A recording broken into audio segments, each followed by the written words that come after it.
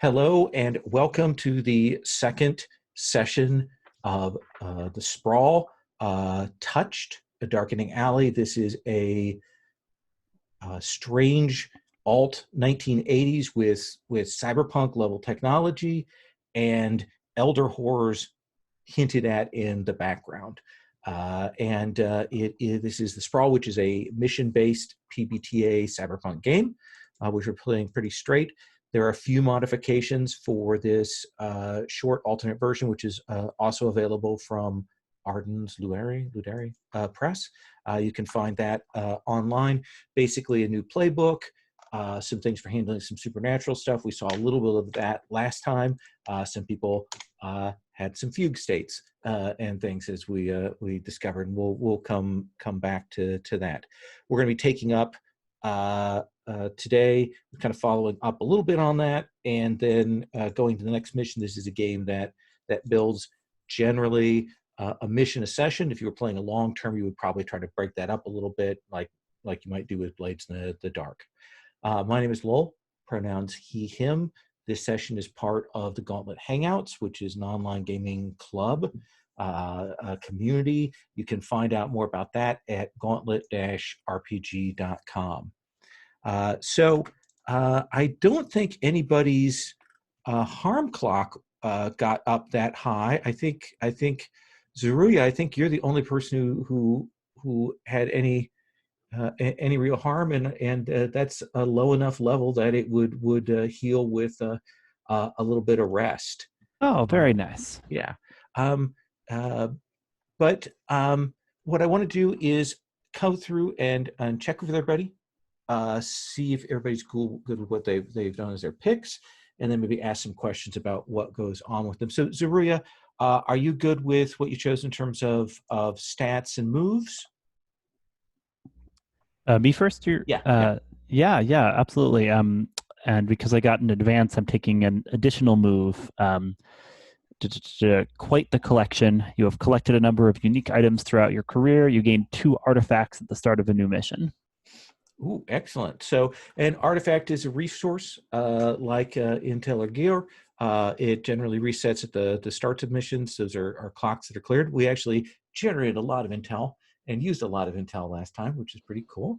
So tell me, Zeruiah, what shape do your nightmares take after the mission? What are the themes of those nightmares? Yeah, well, I saw this artifact that might have been the Ukbar Panopticon. Seemed like the shape of a head with all these hands over it, and then the last thing I remember was the hands like opening up, as if eyes were going to come staring out at me. So probably some of my dreams are like are ones where I'm going about my day, and then like more and more hands are just appearing in anomalous places, and then they're converging, and then my entire head is like covered in these hands, and I'm the one sort of trapped inside of that. So yeah, some of those are things I'm having nightmares about. Excellent. And you did get some cred last time. Is there anything that you want to do or buy with that? I don't know if you felt like there's some equipment I should have, or anything like that. Oh man.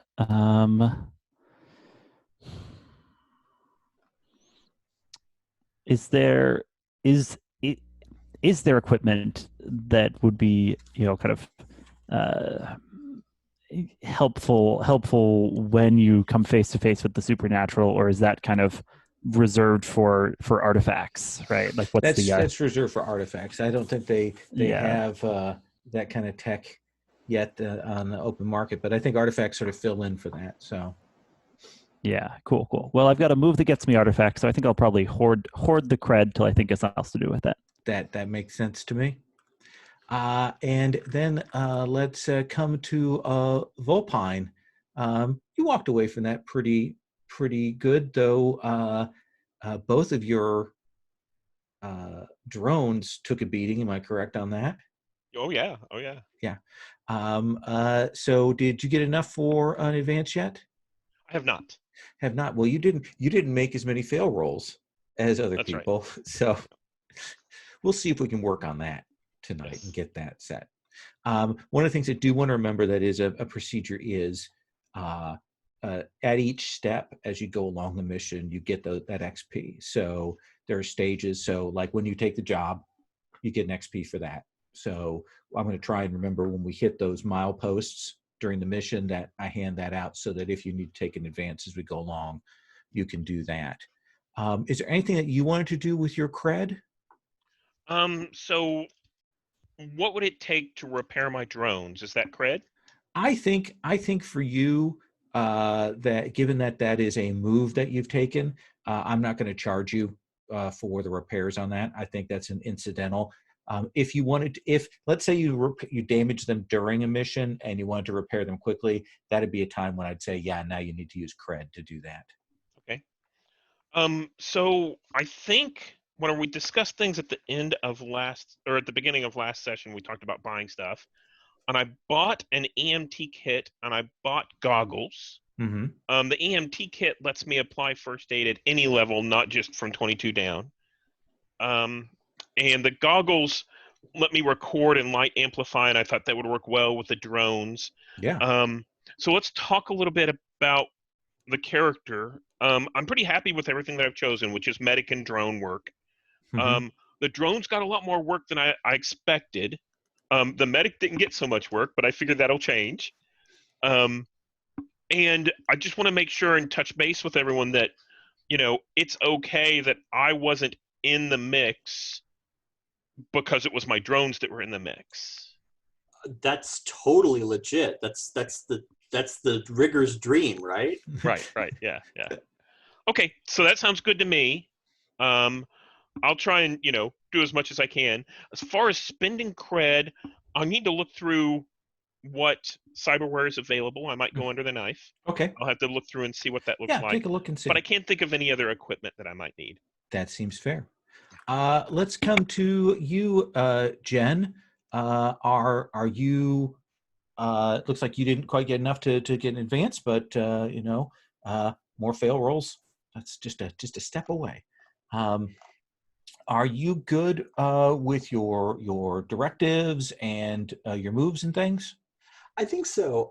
I wasn't sure if I tagged my directive. I feel like I was right on the edge of tagging my directive in the last session, but there wasn't quite a situation where making sure everyone got out was in fact in line with the mission. So I'm just going to keep an eye on that. I do think that last time you and Banshee definitely pushed to kind of go back and you weren't going to leave them behind. If you think that feels like it, we can say that's an XP for that. Okay. Yeah. And you're good with your moves? I think so, yeah. Okay. Anything you want to do with your credit, or are you good on your equipment right now and stuff? I think I still have to. I'm still playing a little bit of catch up over here, Sure, unfortunately. But I will. I don't think I'm going under the knife because Jen is not particularly comfortable with cyberware. She's had a very meat focused existence and is sort of picking things up by necessity. In mechanical terms, I'm going to have to keep an eye out for things that don't require synth rolls because my synth is my dump stat. Let me ask you something. This is actually a thing I should have done at the end of last session that I just now remembered. One of the things you do at the end of a session, and I forgot this, is we ask, who did you learn something about? Did we already, I don't know if we did this last time. Did we? No, we didn't. So in the course of that mission, Jen, of the other three, Banshee, Zeruya, and Volpine, who do you think that you kind of learned something more about how they operate or how it was like to work with them or something new about who they were? I need to watch out for Zeruya because they have a tendency to they seem to have a tendency to throw themselves into or she says she has a tendency to throw herself into situations where she can get seriously messed up. That makes sense. So you can change your links with Zeruya to a 2.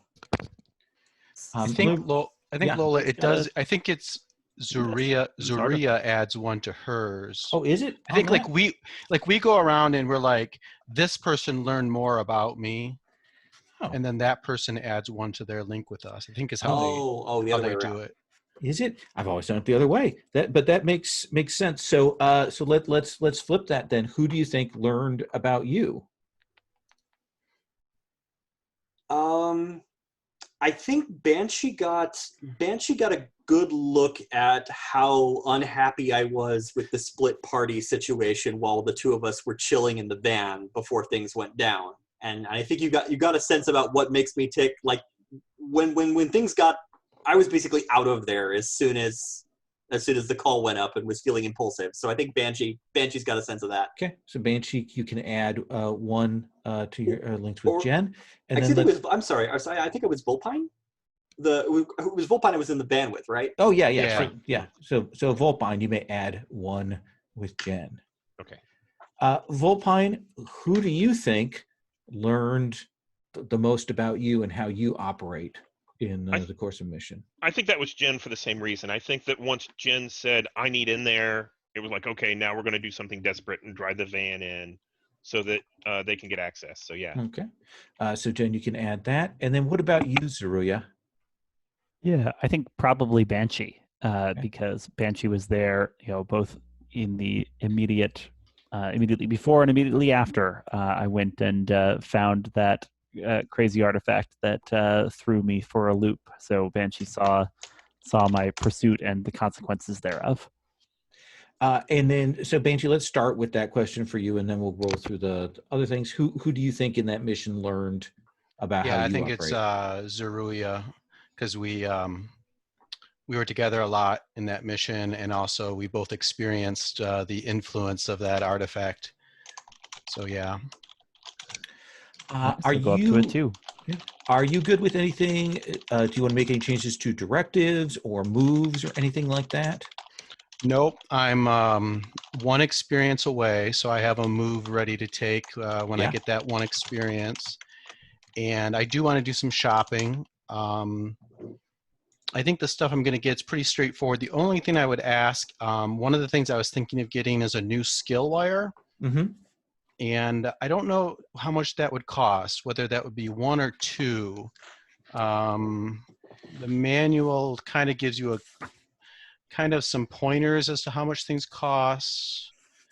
And I'm not sure where that would lie. So let me look at the thing again here.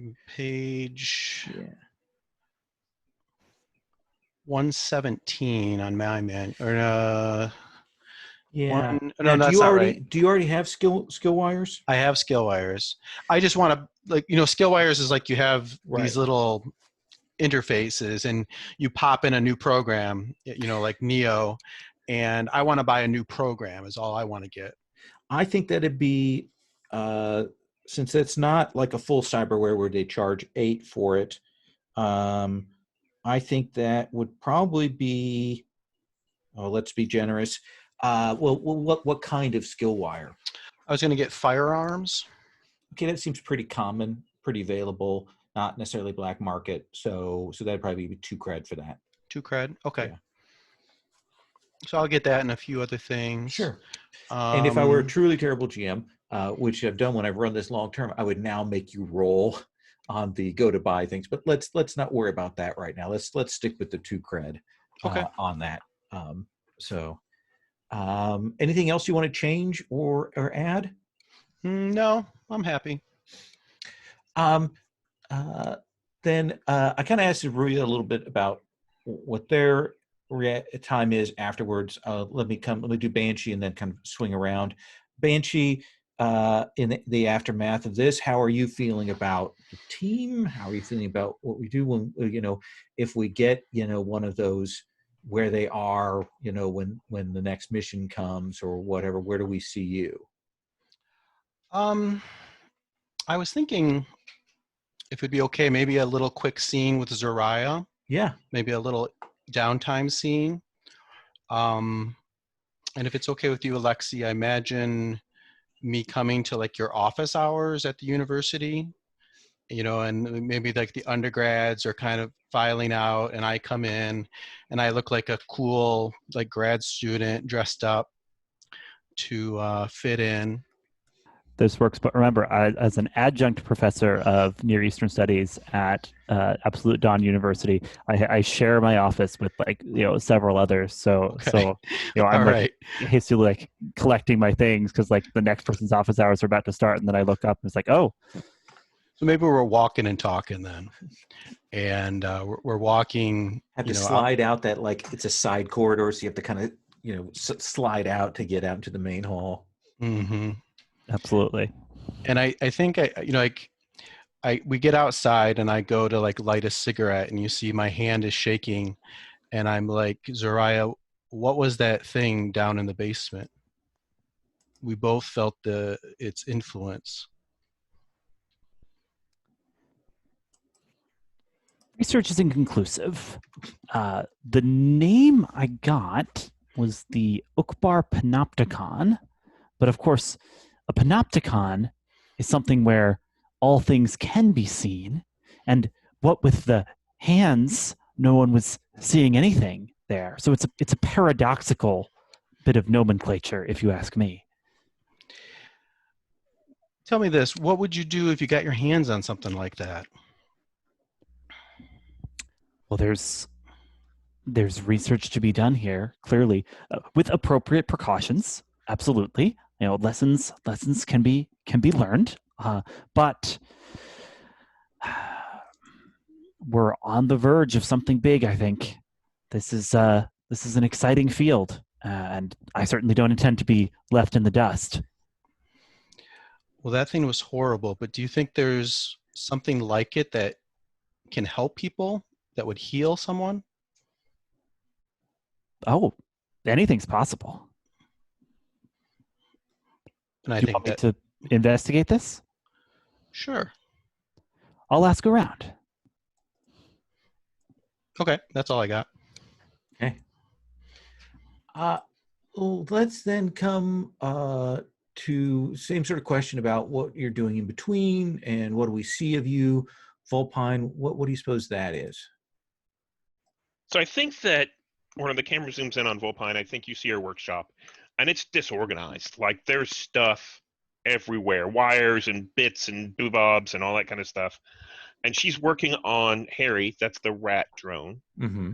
And it's active while she's working on it. So you'll see her kind of lean over and you'll see a spark as she's soldering something or fixing a thing, and it kind of screeches a little bit and starts to move away. And she's like, no, you got to hold on for a second. And that leg doesn't work yet. And so you see a little bit of personality there.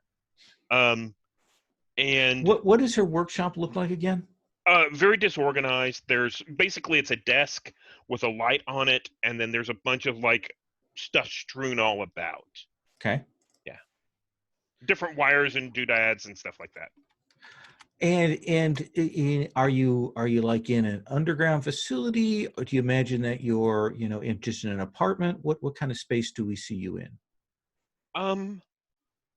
I like the idea that basically as the camera zooms out, it's kind of rainy outside, and you see it's kind of like a retail, strip mall, dark, dank, back room, concrete bunker kind of place. Oh, okay. It's just literally like the strip mall has gone all to hell. There isn't any businesses really left, and she's renting this out cheap. That sounds good. Then let's come to Jen. Same kind of question for Jen. Okay. What do we see? Just sort of the downtime between missions. Yeah. I would say that Jen is probably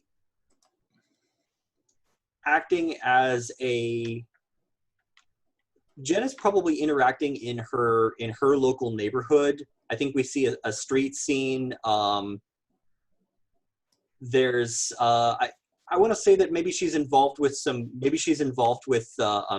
local, like the drug trade in her local area. So we possibly see her providing some muscle for some drug deals going down in her neighborhood. But she's also, she's just basically watching. She's sitting on the corner and she's watching these deals go on, and keeping an eye out for if the situation is going to get out of hand. So she's kind of, I guess she's kind of mediating. She's muscle for a particular organization, but she's also, by her presence there, trying to keep things from escalating. So it's pretty low level trade. You're not dealing with high level cartels. You're just trying to keep things cool in the area that you're working in. Yeah, basically. It's a sort of gray area because she's trying to protect the community, but she's doing so in a way that's also damaging the community. So that makes sense to me. So we're to come to talk about the next job. Per your request, I have just uploaded to the folder a portion of the assets, gear, costs material from the Sprawl. So that's now in the folder in a PDF there for you.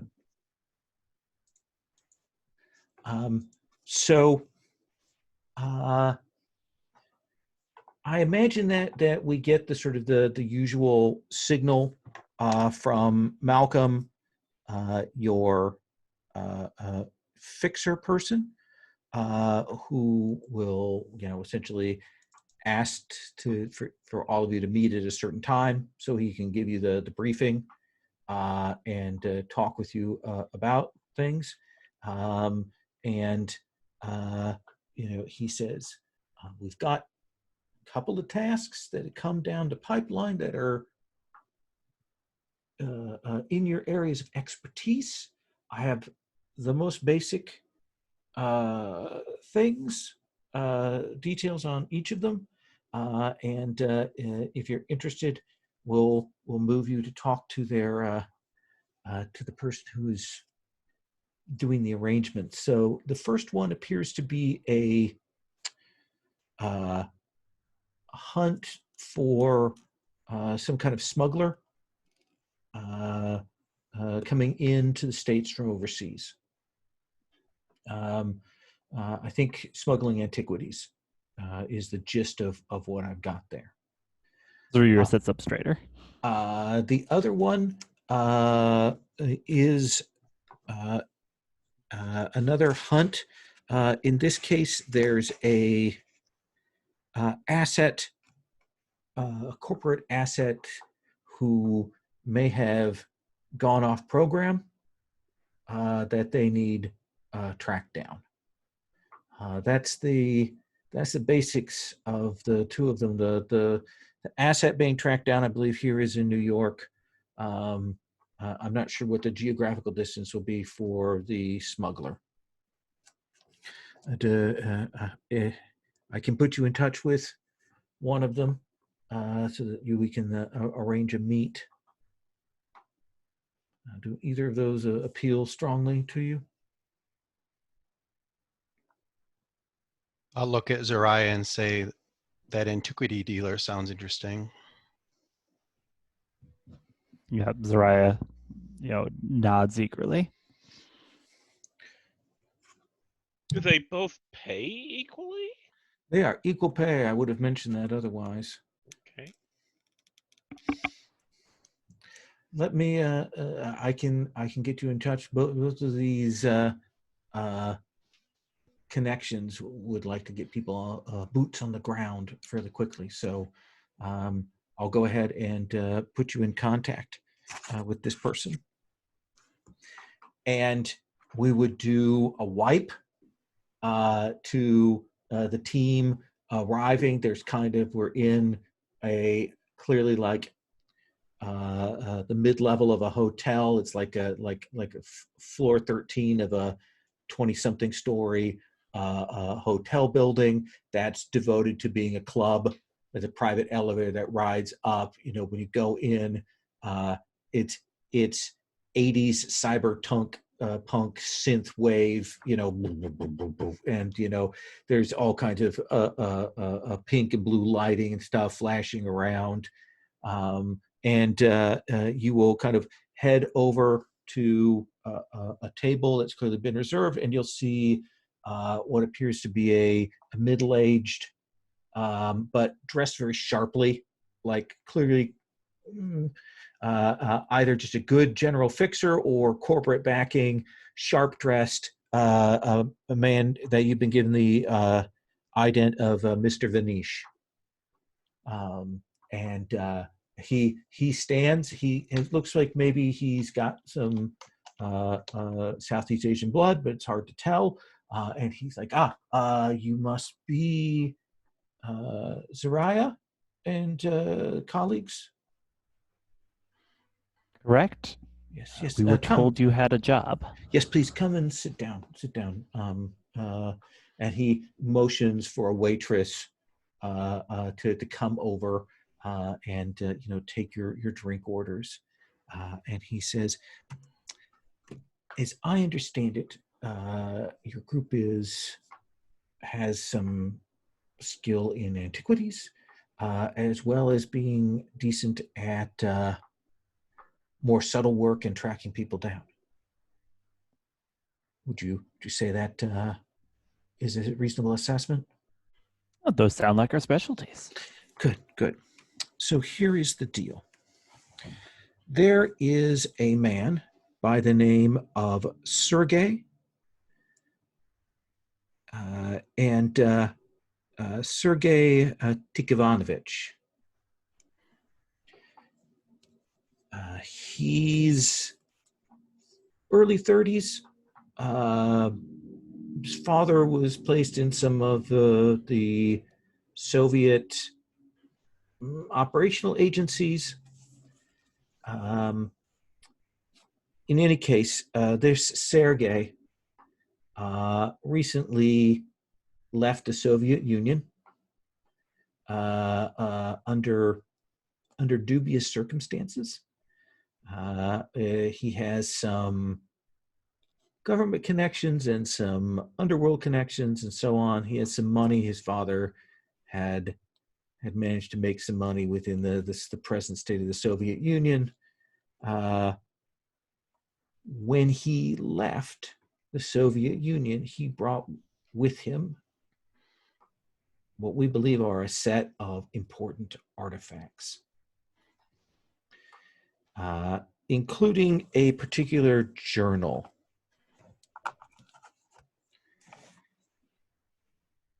We need you to locate Sergei.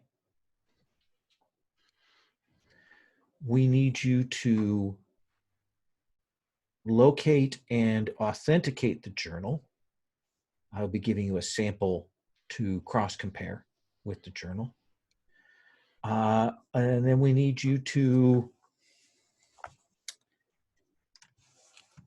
retrieve Sergei, and if you can't, to neutralize Sergei. Roughly how old of a journal are we talking about? This would be from the 1800s. Fascinating. But up through the 20th century as well. Can we expect complications with Soviet security agencies involved in this operation? That is certainly a possibility. We don't know.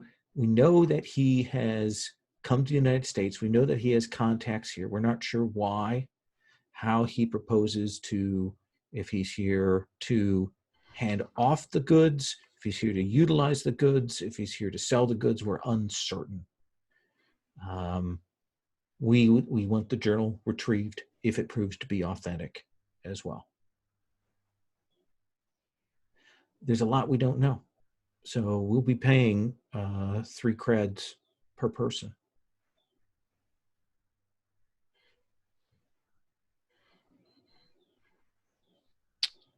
Well, shall we take the job, folks?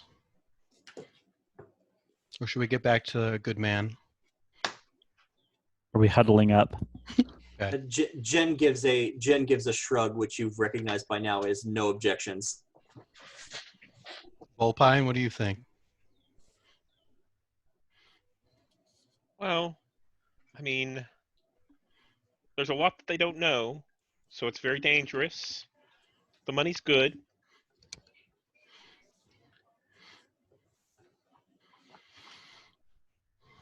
We could try the other job, or is this both jobs coming from the same guy?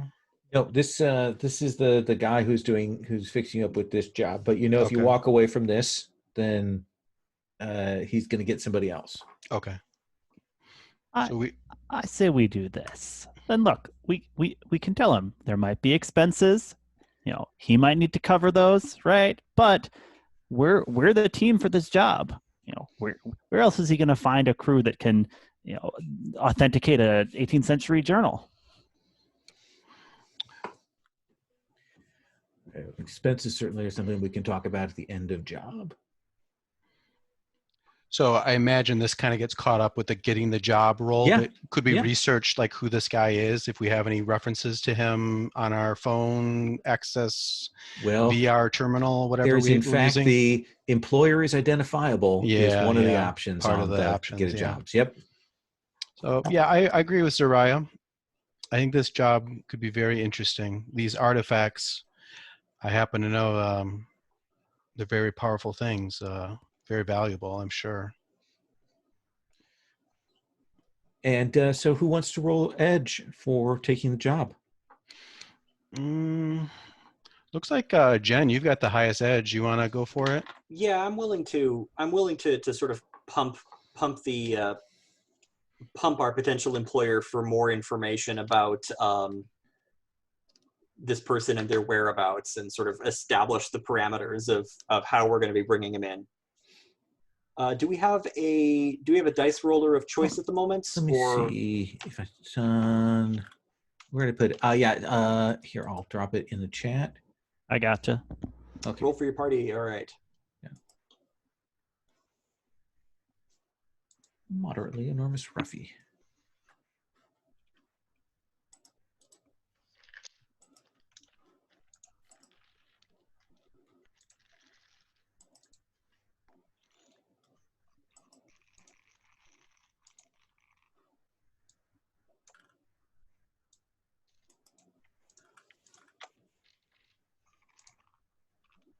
Oof.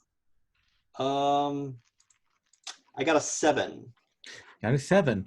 So you get to pick one from the get a job. Okay. Pulling that list up again. Options are useful assets, pays well, meeting doesn't attract attention, employer is identifiable.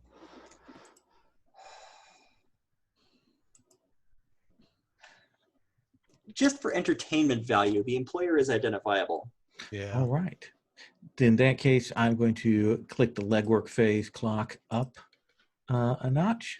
And And as we see like a drone hover for a second too long outside the window or whatever. it's more like that this guy is asking questions about stuff is already starting to turn some gears other places. You kind of run some stuff down because the hunter is kind of the human terrain, human intelligence person, and it's the little things on Mr. Vanish, the trying to look like a corp, the model of the watch, the shoes, all of that tells you that this guy is CIA. Why they're hiring third-party cutout operatives, entirely different question. Does that seem like fair info? Yeah. Okay. It's not a player that I would expect in the current environment, but I guess there is still a Cold War on. Absolutely. We haven't hit Glasnost. The wall hasn't fallen. We're still in the middle of serious tensions, heightened by corporate malfeasance on all sides of the Atlantic. He says, Sergei, you may want to follow up on his background, may want to follow up on the people he might be working with here in the States. But I leave it to you to undertake the operation. Here is, and he'll hand you a little data data fob. Here are some pages of a document that were written by the same author as the journal. The journal is the journal of one Cristobal Josevich. Here is the document, and you should be able to compare these pages that we have authenticity on to the ones from the journal that we're hoping he has. And he'll hand you that, Zariah. Yeah, I'll take those and start paging through. Okay. It appears to be like it's very strange. It's like a mid 18th century journal from a Spanish inquisitor. Oh, fascinating. It'd be mid 19th century. So this is the Spain that is currently, is post Napoleonic Spain, where it's still one of the like not a great player in the course of Europe and still struggling. Like a Catholic Church inquisitor? Yes. Is this in the world of the Sprawl? Does that sound like normal history, or does that sound like an anachronism? No, the Inquisition actually lasted in Spain up until the early 20th century.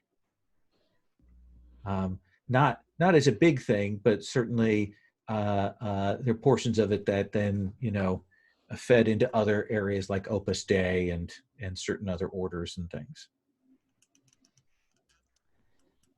Okay, yeah, then I'm looking through this. And that's not necessarily real world history, but that's certainly the history I'm going with here. So, Mr. Vanish will thank you, give you contact information, give you a drop site, give you all the codes for calling in, for getting ready for the drop off, and all of that, and we'll bid you good day. Which brings us to start a mission moves. And kind of the first go around to get information. I believe that Jen, you have a started mission move, right? I do. So I will roll edge to see if I can pick up some hold for making connections. I'm also declaring Sergei Chovanovich my quarry, my on the trail intel target. Perfect. Did it roll those dice? I think it may or may not have rolled those dice. Yeah, I had rolled those dice. Okay. I got an 8. Got an 8. So I believe that gives you 1 hold, right? Yep. Okay. So yeah, you can. So that's a 1 hold to do that. I believe that Volpine. Do you also have a start of mission move? Yes, after receiving a job. This is storage. After receiving a job, you look through your accumulated parts and supplies for equipment that might help with the current mission. And I roll mind, which is +2. And it could give us gear. I got a 9 on the dice, +2 is 11. That gets us 3 gear.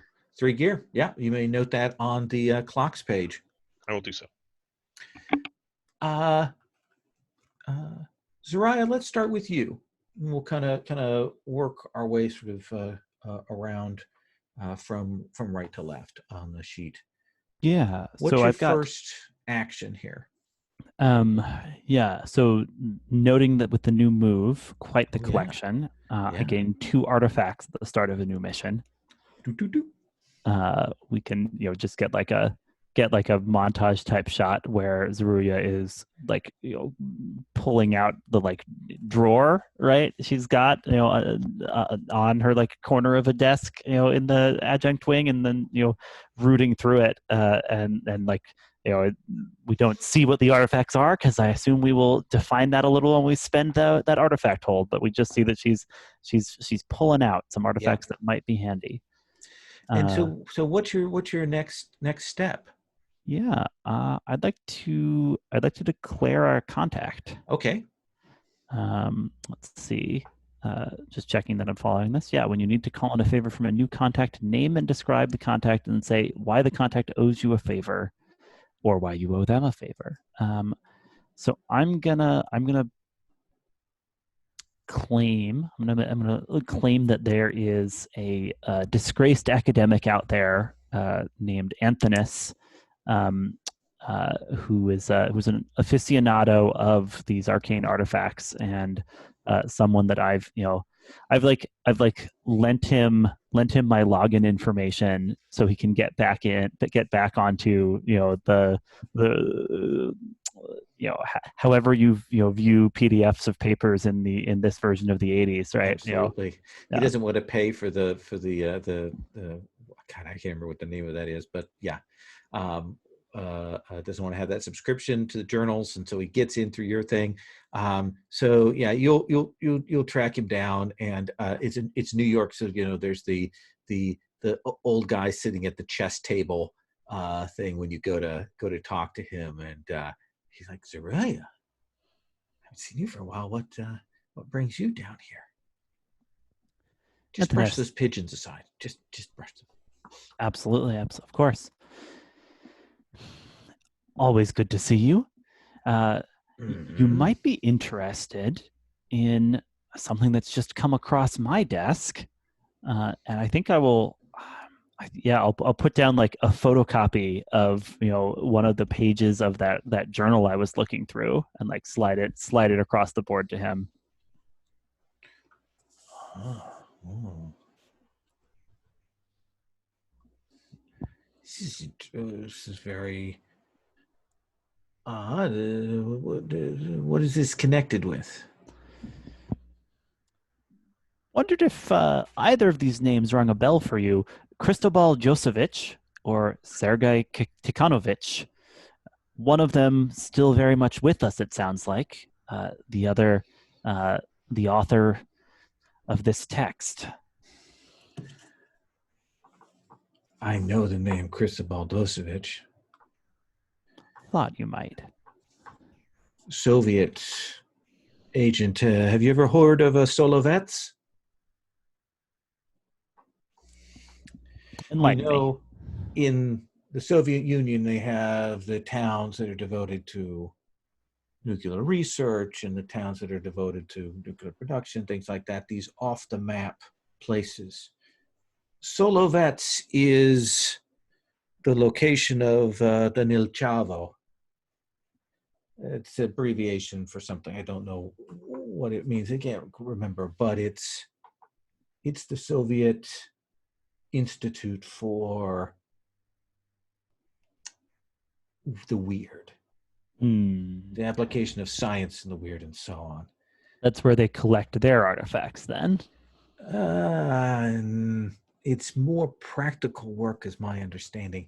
Applications, applied physics of these kinds of things. I understand that Cristobal Josevich, some say that he has been around a couple hundred years.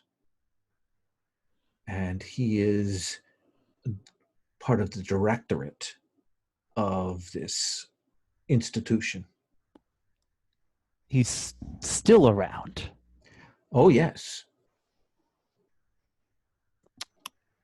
Well, that's fascinating. Mm-hmm. Out of character, that's the directorate of the Absolute Dawn University? No, of this place, this Solovets, this institute in Russia. Solovets, okay. Solovets is the city, but we'll use it as a name for the place. Oh. A classic metonymy. Yeah. I would be very careful with messing with things related to them. Well, when have you known me not to be careful? Many times. Okay, let's say for the sake of discussion that we're being as careful as is prudent and reasonable in our approach. How do we how do we stay a step ahead? You know, does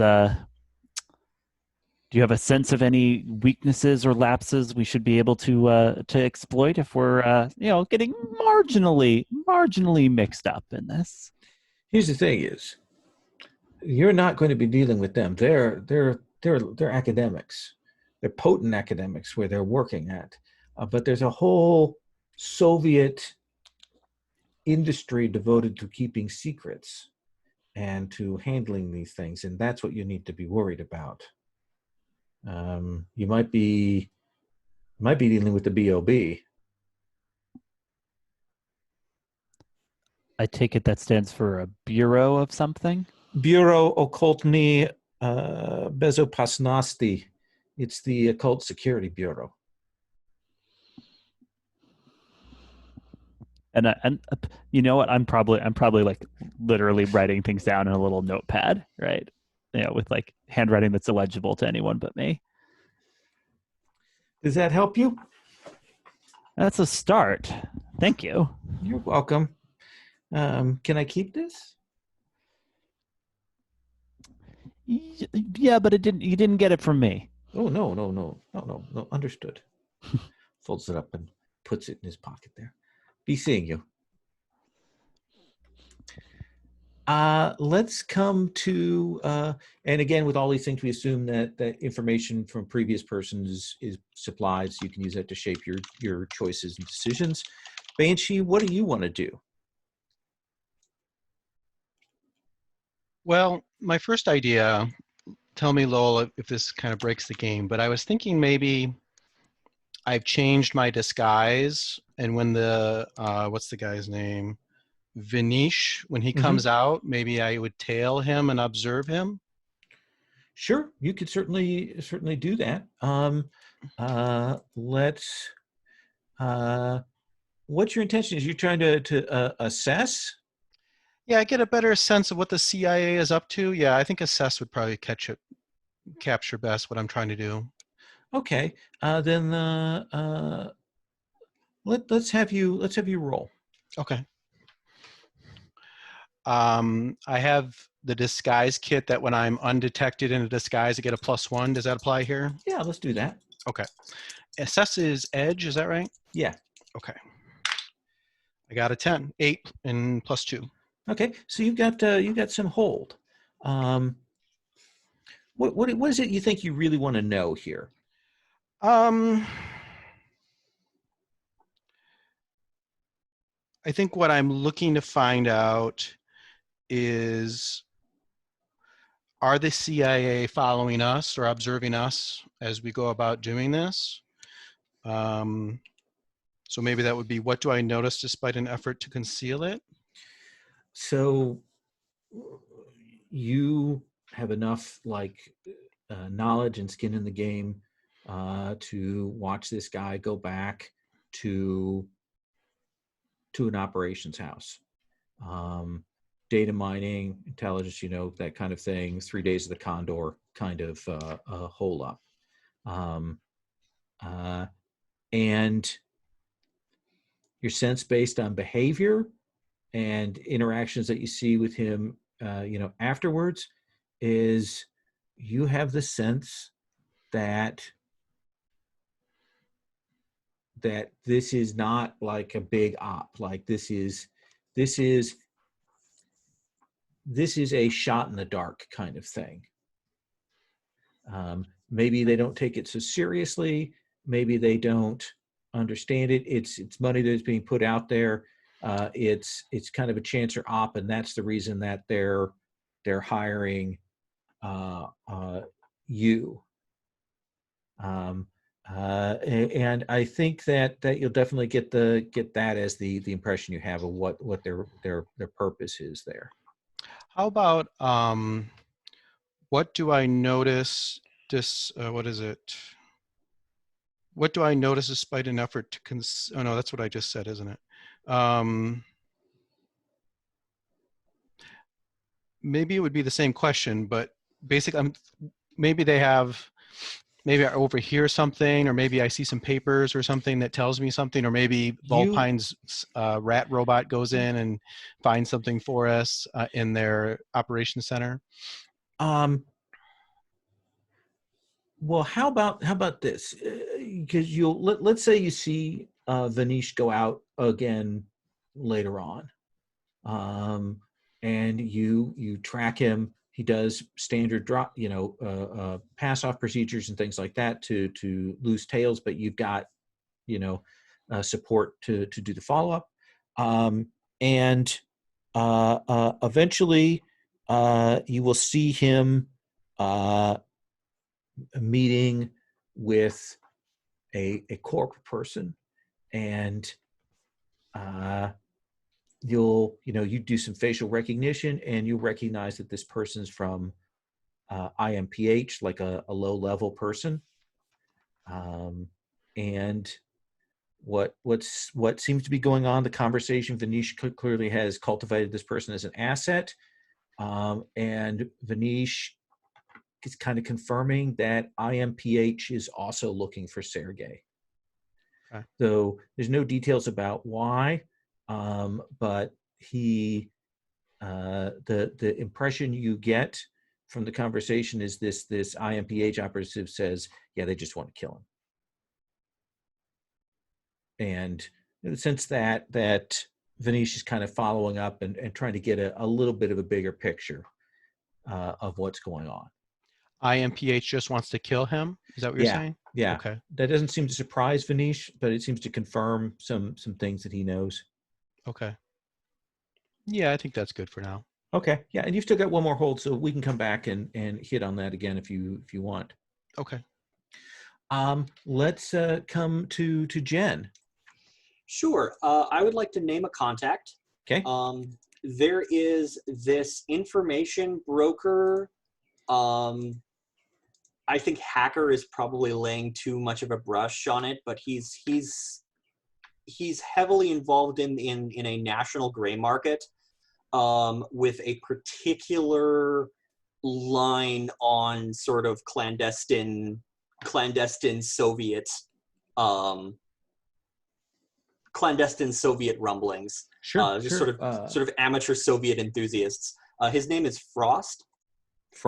He owes me a favor because one time he had a line on some equipment smuggled out of the exclusion zone near Pripyat, and it turned out to be a bust, and he was nearly beat to shit. But I basically saved his life and held him, kept him from getting arrested. Absolutely. So he doesn't doesn't mess with favor. stalkers anymore after that. So,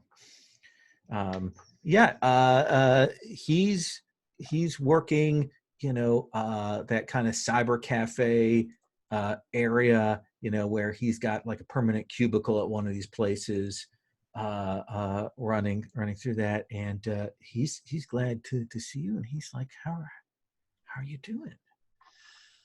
Reasonably well. You seem to be in one piece. I had to get some regrow. Lost some fingers last winter, but otherwise back together. I'm down to just a pack a day. It's the 80s, so everybody's smoking. Yeah. So what do you worse need? spices. Yeah. What do you need, man? Oh well. I don't know. I've just been hearing rumbling about. I'm just been hearing rumbling about some possible interesting contacts coming over from the other side of the pond. Interesting new faces in the water. You seen anything in your contact lists about a Sergey Tikovanovich? Like maybe he's trying to do some buys in the, maybe trying to find a buyer for stuff, or hooking up in contacts. Sergey Tikovanovich, that's his dad's up in the occult bureaus and stuff in the Soviet Union. Last I heard Sergey was mixed up in some cults and shit going on there. Not a guy with a particularly good head on his shoulders is my understanding, but who knows? I haven't heard specifically about him, but I do know that there's a big thing going down here soon. Oh, wow. So, Sotheby's. There's a lot of stuff that goes through the auction house here, but they've also got the black auctions, illegal things, occult things, weird things. They do this. They move it around. I heard that there's a big meet going on soon offshore, out international waters. They've leased a Polish cruise ship that was decommissioned. That's out there. The Summer's Queen. Word is that a lot of players are going out there, so there's some serious stuff going down. The Polish thing makes me think that there's probably some kind of Soviet bloc angle here. And if Sergei you're talking about, he might have had enough pull to get things arranged. You're muted. So you think he might be taking a cruise in his near future? I wouldn't doubt it. But you'd have to get an invite or worm your way into the Sotheby's databases to find out what's going on. It's the kind of thing they keep on the DL, as they say. If I wanted to get an invite, who do you think I should be talking to? Well, I think you should be talking to somebody who works in those kinds of angles. No offense, but you don't look like an auction person. But there are some black marketeers. I'll drop a couple of names on you that you might talk to. If there's an occult auction going on, if there's any kind of that thing, the Black Court might be interested, might be already in play. They're a group of, how do I put this, weirdos from West Coast, a loose anarchist union of people who are prophets and hedge throwers and people who claim that things are weirder than they actually are.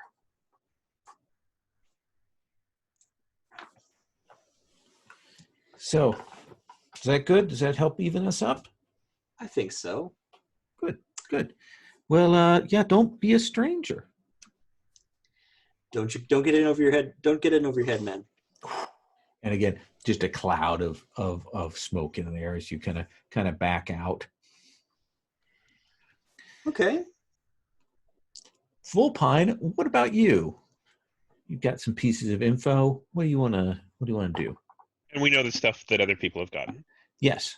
We believe Sergei is going to be making a transaction on a Polish ship. Yes. I think I want to research to see what kind of security this place has. Okay. With my drones.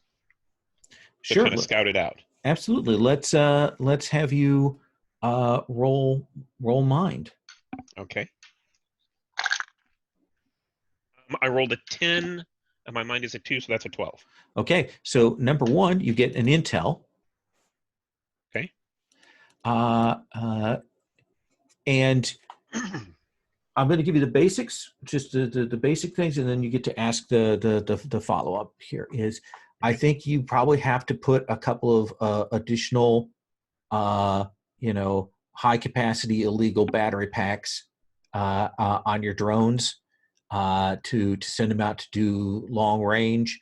You probably have to call up some people who might have better sonar, that kind of thing. Out there, a sense of what this is, and you get well offshore, out to sea, before you, and you probably have to you're doing that thing where you're calculating how much time do you have to get back with the thing and so on. And you'll do that pass, and eventually you'll see the ugliest. It's 1960s, 1970s Polish design version of a cruise ship that's out there. A lot of steel, a lot of metal, some decks and things like that. And you can see just at Scramble there are a couple of helipads. You can see that they've got a Stinger missile battery, like Soviet equivalent, but there's definitely anti-aircraft missiles on there. And you'll probably see some security teams on the ship. And it looks like they're from a security company called Wechthammer. So that's the basics that I'll give you. What is your follow-up question once you kind of get the position and the scan and stuff? Let's see. Is this from a list? Yeah, there is a list under research. Okay. And technically I should have done a test, but we'll just go with research since that's what you said, and we had you roll mine, so we'll go with that. Okay. Let's see. I think what I'm mostly interested in. Oh. So you told me what the name of the security company is. Yeah. How about getting an idea of who might be bidding on these things? That would be. Who is this most valuable to? So this is more with you scanning the area, so you kind of want to know like who's on scene, right? Right. Who might have landed in the helicopter pad, or what faces of people? I think what we see is kind of like the camera shots of like people we might be able to identify to see who might be bidding on this. Okay, how about I'll give you two like groups that you see people from here. That once you call back up and you kind of run them, you can see that there is a buyer here from Miskatonic Amalgamated. Tweed jacket, that kind of thing. They look like they're here for a relaxed auction kind of thing. And some more sharply dressed people who, judging by the cut of their clothing and the security team they have with them, the sort of backup, that are probably from Absolute Dawn. So those two are at least in competition for the buying here. Right. And I think I think I share, the images that I have with everyone. Here's some potential buyers. Yeah. What else do you want to know? I think that's pretty good. I think I'm good at that level. Okay, you got some other hold here. Does it look like? Oh no, it isn't. It isn't a major hold one. Sorry, I'm sorry. Right, it's just a one question thing. Yeah. I'll give you one more thing. Is just to confirm something that you'll be able to establish here. Is I think you will get a shot, a grainy shot that you can match up with your database to confirm that this Sergei is already on board the ship. Perfect. Okay. Let's swing back to Zariah. Yeah, so I think we're gonna see Zeruya doing some research, pouring over some microfilm, right? Just checking into databases to see what can be turned up about Christobel Josevich and his surprising longevity. Okay, that's definitely a research roll. Yep, rolling with mind. Oh, were the purple D6s someone else's, or were those? I think this might have been left from last time. All right. Well, I'm rolling some new purple D6s. I've rolled a 6. However, my mind is a 2. Okay. So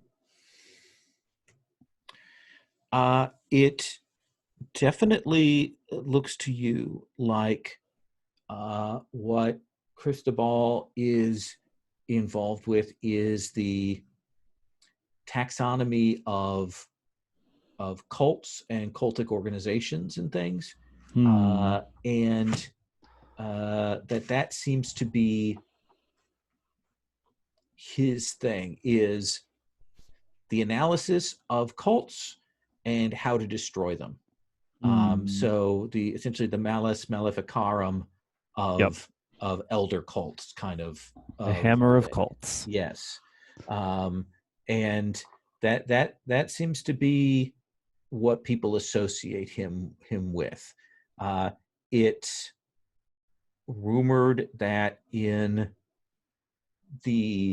during the whole White Revolution, that one of the things that happened is that there were certain occult figures, including Rasputin, who were involved in certain things, and that Cristobal was instrumental in rooting those out and eliminating them with prejudice.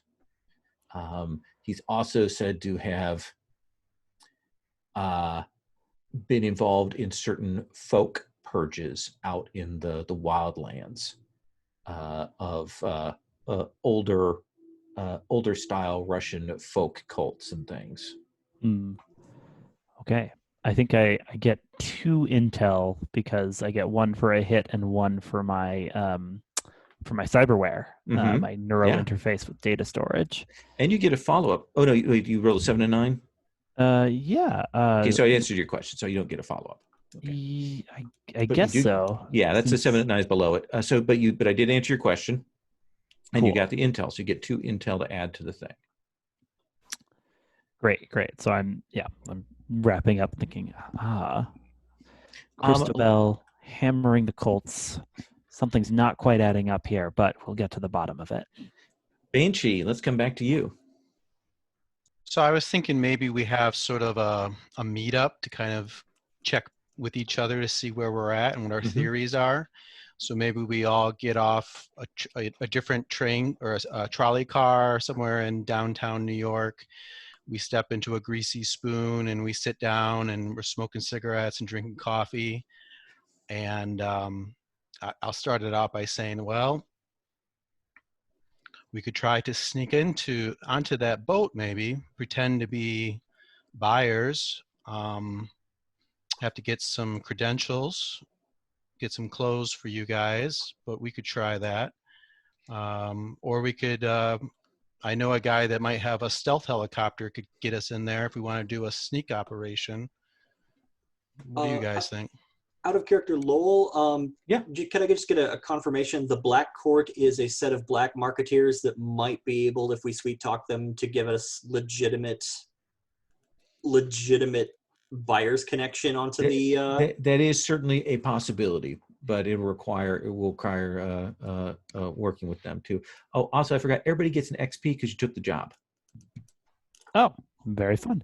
The Black Court are the like culty folks from California? Yeah. Okay. East Coast, Washington, California, all that jazz. and presumably they'd probably want something for their involvement. Depends on the role. So it's possible that we could approach the Black Court and see if they might get us away on the boat. Though that involves more people in the pie.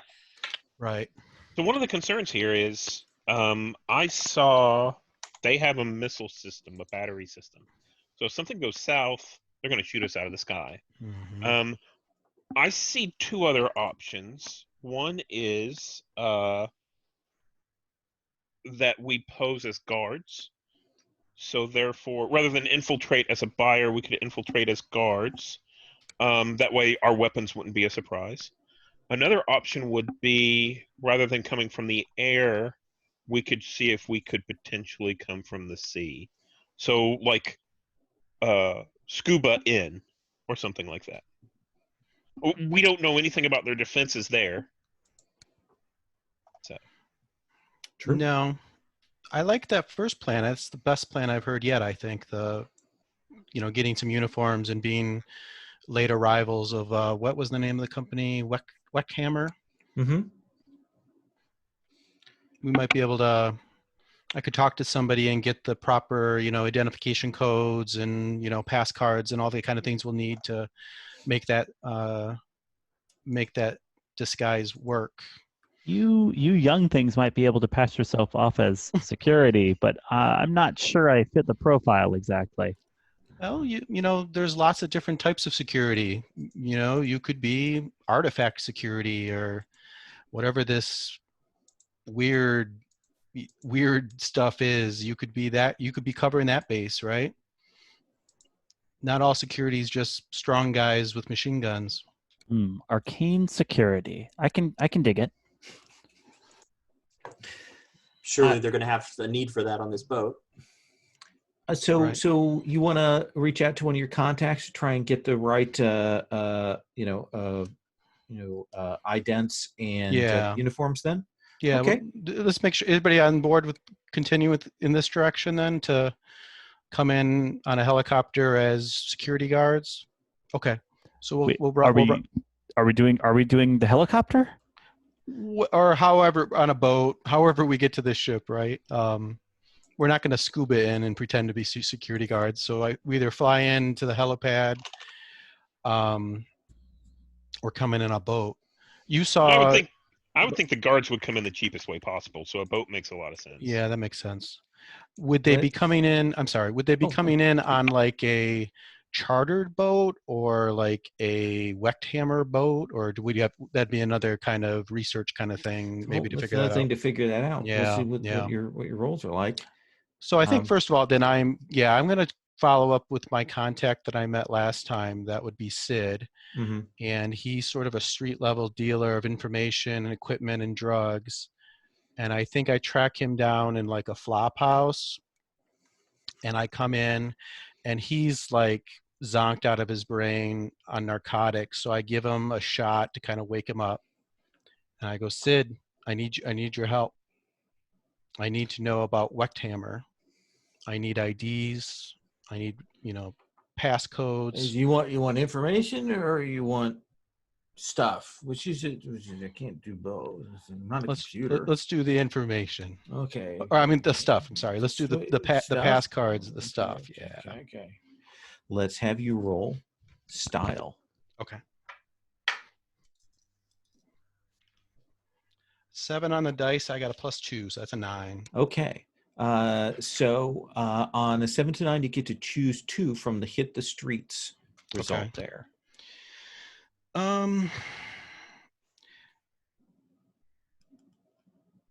If I take it's going to take some time to put it together, will that work within the confines of our clock? Not the countdown clock, but like the fictional clock of having to get there before the auction happens, kind of deal. What that is going to do is that's going to put some pressure on your legwork clock is what that's going to do. We're pretty good on that, though. So I think I'll go ahead and take that. I'll take that one. And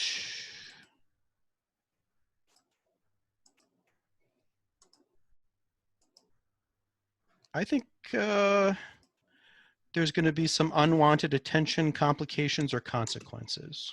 Absolutely. So he says, yeah.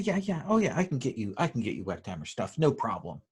There's no problem. Easy pie. I'm just going to talk to some people and get some things, and I can get you the idents and stuff. Not a problem. And that is the thing. He's a little casual about it, and he goes and he gets you, a set of four badges, a set of 4 uniforms, real basic, nothing fancy, but he does it sloppily. Like he leaves some threads open when he hands this stuff off to you, and he's like, "There you go, everything's cool now, right?" Great, thanks, Sid. I'll hand him, the cred for this stuff. Absolutely. So you're up to 3 on the legwork clock now. Okay. Let's come back to Jen.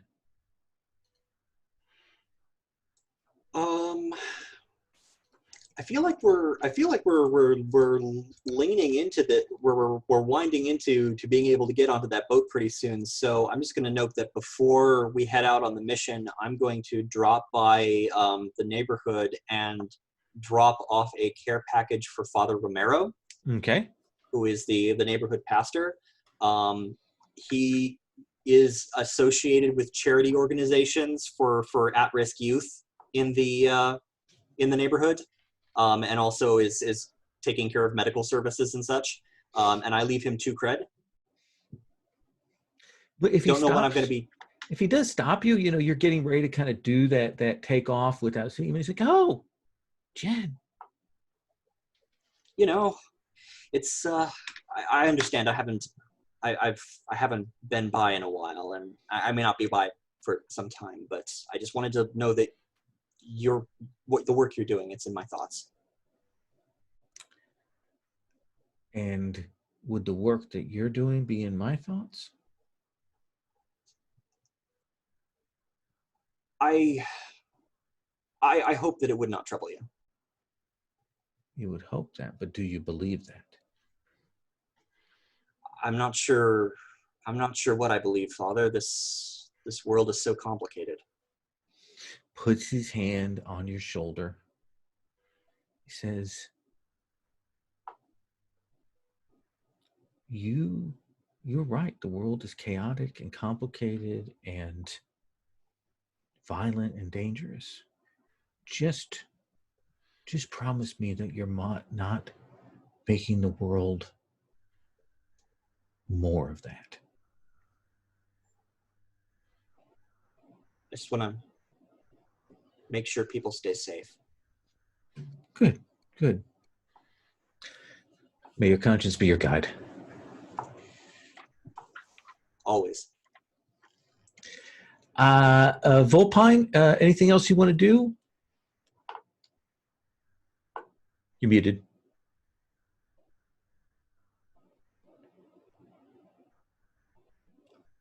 Weird, I still can't hear you. Can you hear me now? Yes. Double mute. I keep turning one off and one on. I think I'm doing pretty good. The only thing I might do is talk to Zariah to find out, there's a bunch of weird stuff going on here, and I'm not that familiar with it. Mm-hmm. That kind of scares me, and I want to know. I just want to make sure. I guess I want some reassurance. Like we've got all these magical rifts that have opened up, and I know that Zariah and Banshee came out of that last hit a little bit messed up, and I kind of want to get a good feel that we aren't going to see any weird shit here, or if we do, that that Zariah has our back, right? So what do you say to Zariah? So I think it's something along those lines. I think it's basically, So I'm really glad I didn't go into the building on that last one, because you came out and you were kind of messed up for a while. You saw some stuff. Yeah, if only I could remember more of it. Well, sometimes forgetting is a blessing. Is there a reason why they might have chosen to do this over water? Do these magical things appear over water? The rifts and stuff like that? Is there anything that would be any benefit? Is it safer there? Oh, that's a fascinating theory. I mean, we've certainly found magical artifacts at underwater dig sites, after all. So, is there a maritime connection to the artifact trade? Now, that is a thread worth pursuing. There could be a thesis in that.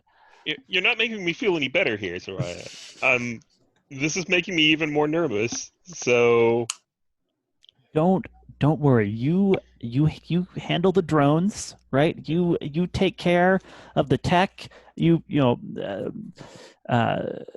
Patch Banshee up if she needs it afterwards. All right, but I will cover the artifacts, and you won't even have to look at them. Okay.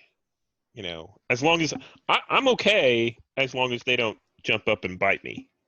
If they come after me, then I'm out. Absolutely. And I think you've learned a little bit more about the rifts in this painful conversation there. So I'm going to let you mark XP on that. Zariah, do you have anything, another one you want to do before we go around? I think we have you and Banshee left to do something on this go round. I mean, like research is my go-to. Yeah. Is there anything else that gives you intel though, or is that mostly The research move? If you succeed, will always give you at least intel if you can kind of frame a question around it. So that's worth doing. You know what? I think I will research again this time. Kind of looking into that question that Banshee had asked. Are there any of these artifacts that can heal people? Right. Just start. Since it looks like there might be multiple parties interested in weirdness on this boat. I'm going to follow those threads, see if have any of them been connected with any artifact that has a sort of healthful property. So you're asking if the stuff that Sergei probably has, that he has up for auction, if anything, is helpful kind of things. Yeah, and I've got academic research, what artifacts are associated with blank, what other subjects are research that are related to blank. So if we can squint at one of those and make them this question. Absolutely. Let's have you roll.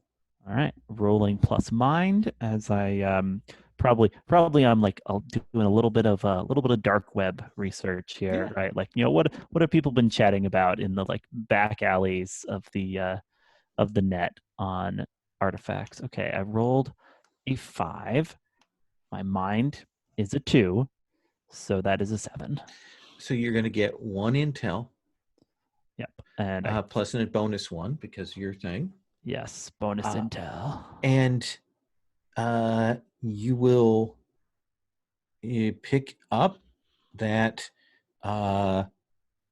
Sergei's father was ritually murdered a couple weeks ago, and that the sort of scuttlebutt that's going around is that Sergei was involved in some kind of doomsday cult that he kind of absconded with these things.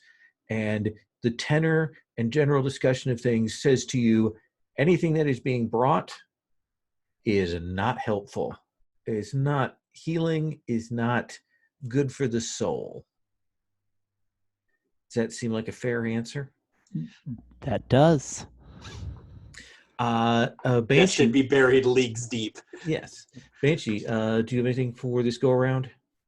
I don't know if this would be in the action phase or the legwork phase, but only thing I was going to do is, as we're approaching in our boat, take a really long, hard look at the ship, the security measures and whatnot, basically, and assess as we're coming in. Yeah, let's do it. It is legwork. You've got some drones, and we can do it before we actually hit the ground. Okay. I mean, we can come back to me because I can imagine that'd be like our last thing before we actually enter the action phase. If anybody else has anything else, or I can do it now. We can do it out of order. Let's have you roll it. Whoop. So you throw your dice on the floor. Yeah, I did. I'll just roll this one twice. I got 6 plus 1 is 7. 7. So you get 1 hold. 1 hold. Okay. I think what I'm most interested in, and I'll remember the plus 1 forward, is what is the best way in, which I'm specifically looking for the best way in sort of to the back areas of the boat where they might store artifacts maybe? All of it is about kind of, with the boats, is about getting up on there and, running the ropes up and getting up to there.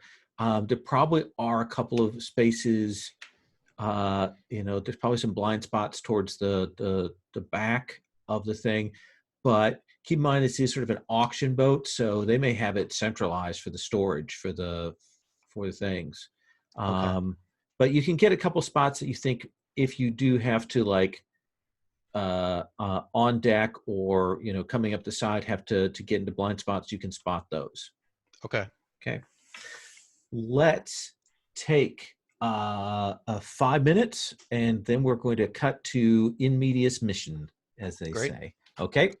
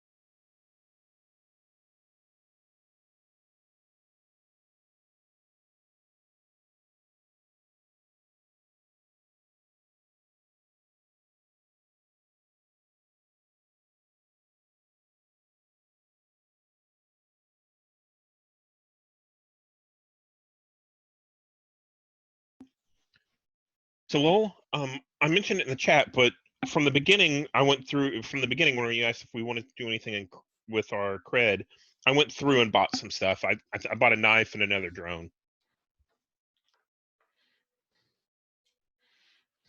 That seems perfect. Okay, good. Yeah.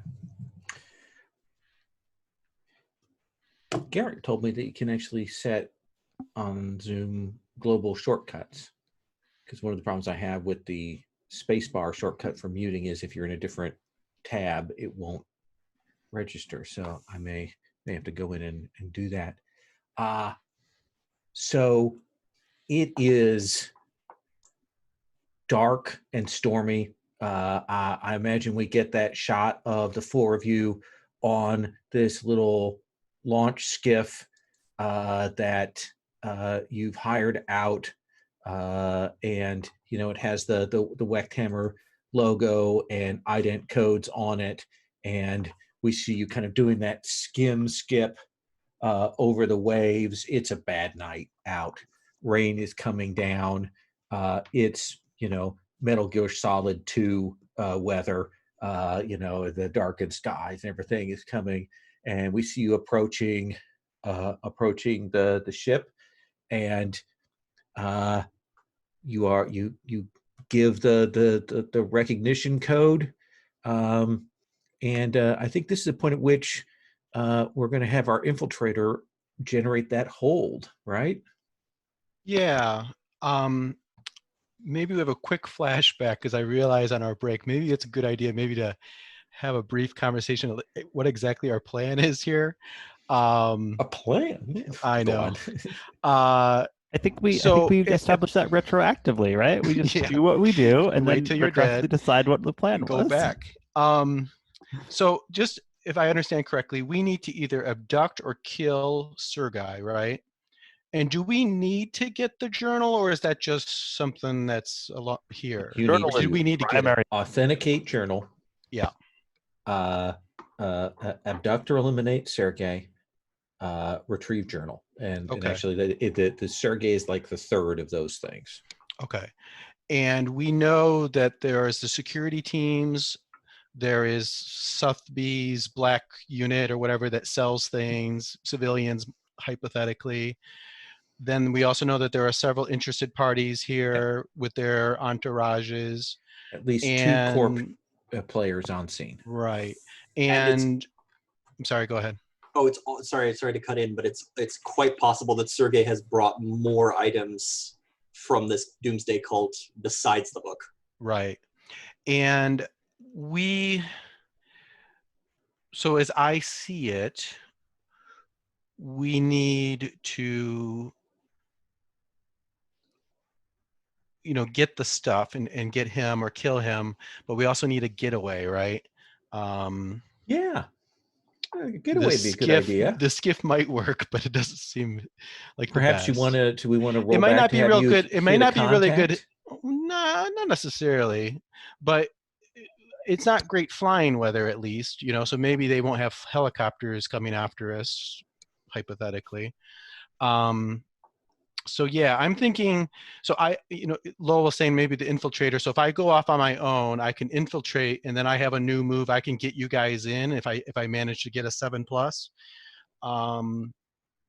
So is that kind of what we want to do? Like have everybody kind of infiltrate into the back hallways, hypothetically, to get at the stuff and get at Sergei, or do we want to split up and do different things? What do you guys think?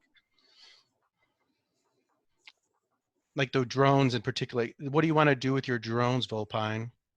So I figure what I'll do with the drones is I'll put the well, I think the plan was for me to put the aerial one high enough that they wouldn't notice it, and then if we needed it, it could drop in.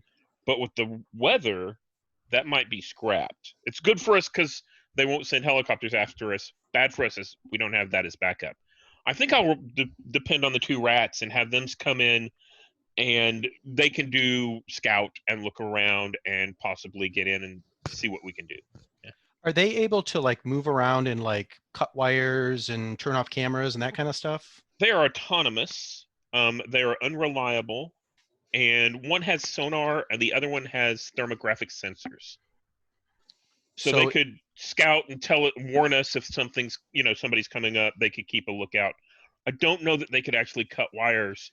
Yeah, he'd probably need to be Specific ones. hands-on. Yeah. Yeah. You might be able to say, see those wires? We don't want any of them connected, and it could rip those out.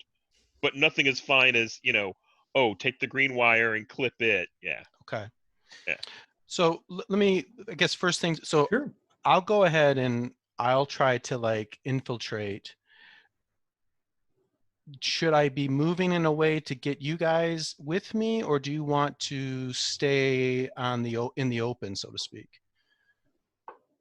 I think you should infiltrate to make sure that we can get onto the ship. Okay. So you fool them into thinking we're security guards. And then I think after that, we can all do our own thing. Okay. All right.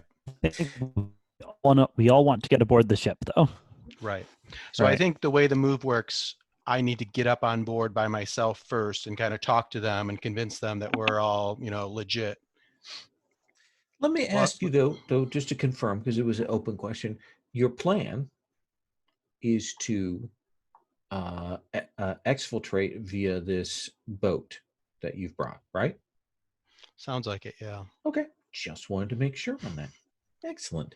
So let's see. So it looks to me like you are doing covert entry, right? Yes. Starting with that. So let's start with that. Okay. When you had to have some running lights on this, you have to get up so you can get the guide wires and things connected up, and then you head up to try to convince the security people that you belong here, and let's see you roll. Okay. Do I get that +1 forward from the assess on the way in? Yeah, let's use up in that there. +1 forward. Let's do it. All right. I got 7 + 2 is 9. Okay. So you gain 1 hold. So tell me how you are spending that hold to bypass this guard. What does that look like? So I think I, climb up. Maybe they probably just have do they have like those ropes on the side of the boat that you kind of climb up kind of thing? Yeah, he's Since we're lowered them down. we're the hired work, right? We're the hired, lobies. So I climb up and I've got, like a black slicker on, a raincoat, and I get up and I go, we're here. They called in us for backup. So we thank got a God. 4-man team. Good. I'm glad they listened to what I said. So when's the show happening? Well, the show's starting now, but I need you to go and run the port side. I still haven't gotten any word back from the team person I put over there. Okay, we're on it. Okay. I go, okay. Okay. And he says, standard ident codes, and he gives you like here are the code, you're going to be using the 997 code. 997, got it. 9 press for the coding, and heads on. All right. So I'll burn the hold I just earned to do my mother duck move. When you infiltrate a location, you can get your team in as well. When you spend hold to bypass a security system or guard or escape notice, your team may accompany you. Okay. So, and you will get that intel because you've burnt through all that hold. Oh, that's right. Yeah. So you're kind of on deck. It does look like there are a couple of helicopters here, probably different than the helicopters you saw before Volpine. The deck is wet, rainy. There are lights on inside. There are security guards moving around outside. They've got searchlights. They've got the Stinger missile launcher up top. They're running radar, all that kind of thing. So let's assume that the other 3 of you get up on board. Then let's see, Zariah, what do you do now? I am going to look around and keep an ear out, see if I can get a sense of where this Sergey is, aboard this whole mess of a Looks boat. like you'll probably have to go into the main area and try and infiltrate into this auction that's going on below decks. Yeah, well, I'm dressed like a arcane security consultant, so absolutely it would make perfect sense for such a person to be present at the auction. Absolutely. Then you'll kind of get yourself set and head that way.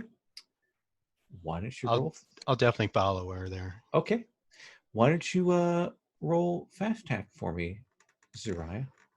I'm rolling fast talk. Yeah. Just as far as like. Yeah, I think right. we see you'll get up. There are definitely door people who will see you and will ask for your invitation and do code phrases, that kind of thing. Absolutely.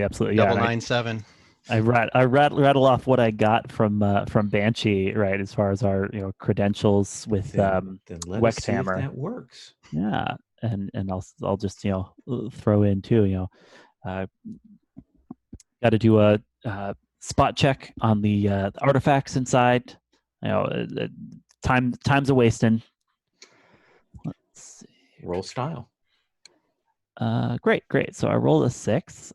My style is a 1, so that is a 7. That is a 7. So he kind of looks at you and he says, people are doing the preview downstairs right now. You're with Wechthammer?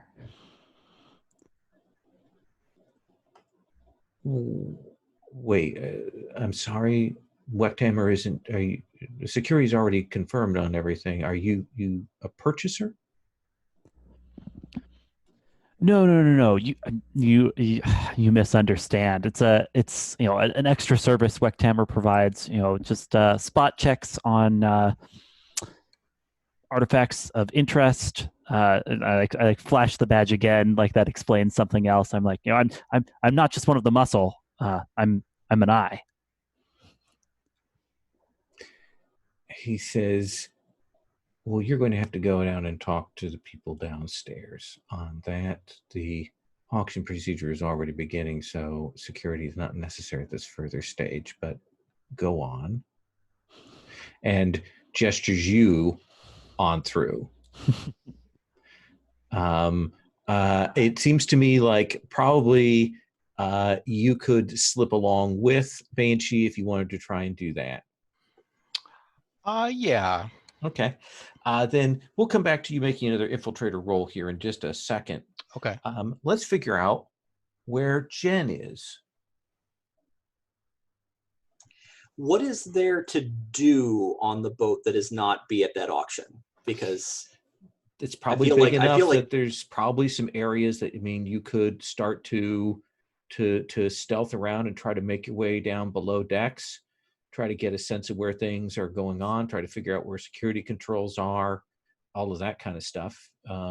Would it be possible to treat examining the port side of the boat and sort of stalking the decks of it, looking for interesting avenues of approach as my surveillance move? Yeah, let's do that.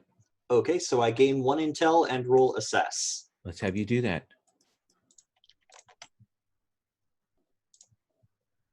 Oof. Wait, no, that's different. I'm still not quite sure how roll for your party is working these days. It goes like this, and then you look away, and when you look back, it's finally giving you your roll. Okay. If you just delete your dice between rolls, it works better. Yeah, actually, that's a good point. I'll keep that in mind for the next roll. This one's an 8. Okay. So you get 1 hold for assess as you make your way over on the decks there. What is it you want to know? Okay.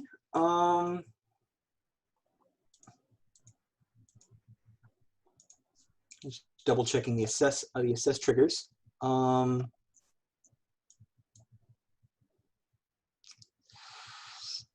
let's go for the straight. Well, who or what is my biggest threat in this situation? Because the guard said something about having trouble over on the port side and not having heard back from the people over there. Is there like, are there any surprises that I'm picking up on while I'm wandering the deck? I think at this point, when you get over there and you're kind of moving along there, you stop, and you're a hunter. This is what you do. And I think we stop and we see you kind of, even with the water, kind of bend down and kind of look under where there's a space, maybe an overhang of something so that it's a little bit shielded from the weather, and you'll definitely see some blood there. And you will see some other like maybe there's some dropped gloves, that kind of thing, that says to you that there is another team that is on the boat and has already taken out a couple of guards. All right. I relay that over the earpiece. And you are soaking wet as you're kind of looking around. There's that crackle of lightning as you realize that the water is just churning down below. The boat is kind of doing that thing. What are you doing, Volpine? So I think what I'm doing is I'm letting the two drones go and letting them start to do scout out where everything is. Sticking to the inside of a wall or maybe to the top of a ceiling.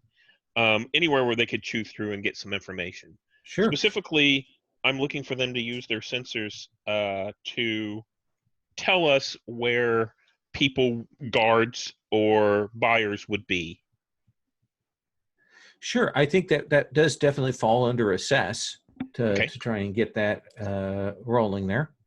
And assess is with edge. With edge. And my edge is a 0. I rolled a 4. Okay. Yep. So I've forgotten. Do I mark X? Do you mark XP on a miss? You get to mark XP on a miss. Okay. Also, I think we have confirmed Sergei's location, so that's another XP you all get, so you can mark that.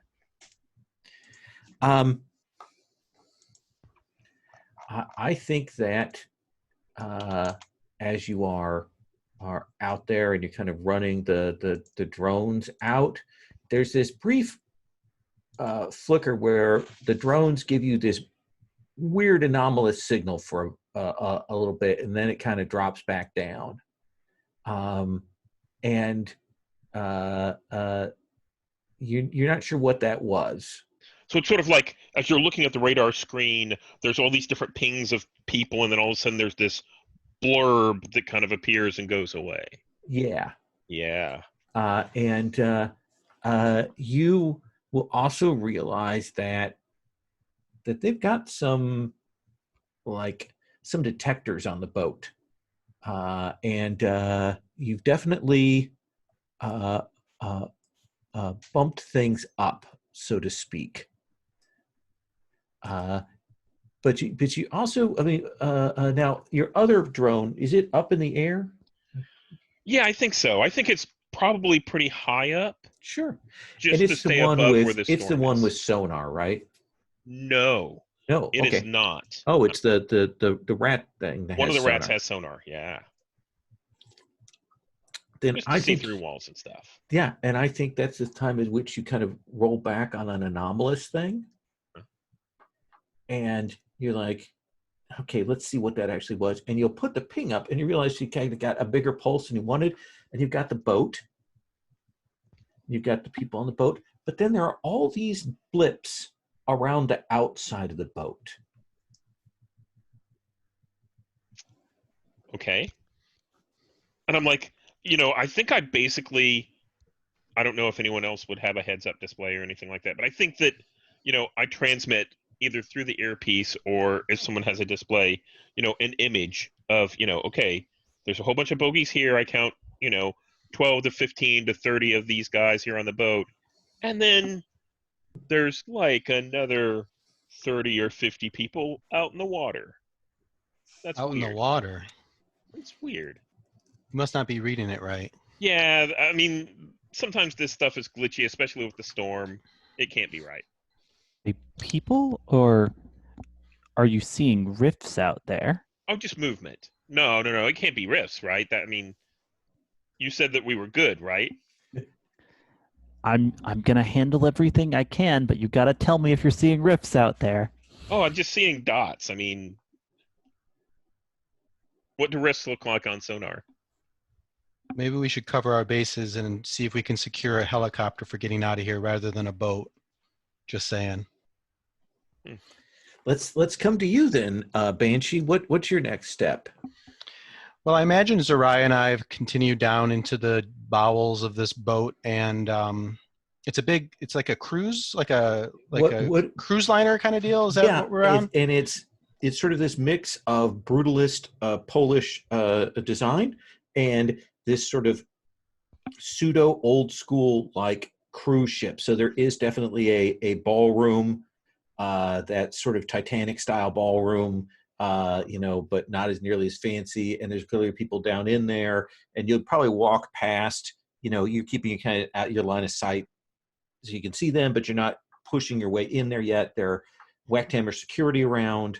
There are clearly people who are there for the bidding. It looks like 3 or 4 different groups here for the bidding. Looks like there's the Sotheby's auctioneer and their bodyguards and Sergei, and that seems to be going on. Are the actual artifacts here too? Out on a table or something, or? Let's I think that's going to be an assess. Yeah, I was going to definitely move to that. I was going to look around and kind of like assess where all the guards are, the exits, where Sergei is, where the bathroom is, all that kind of stuff. Let's do that to make sure nothing goes wrong. Just to I'm gonna burn an intel. I think I've already checked out the blueprints on this boat, so I already know a little bit. You've got like 1,500 intel. I know, exactly. So, And just a fictional positioning question. Am I gathering correctly that the ballroom of the ship is the location for the auction itself? Absolutely, yes. Okay, cool. I just took off an intel, so we're down to 5. Okay. So this is Edge. Oh no. So that's a 3 plus 2 is a 5. Okay. Enjoy your XP. Oh yeah. The good news is you get to mark XP.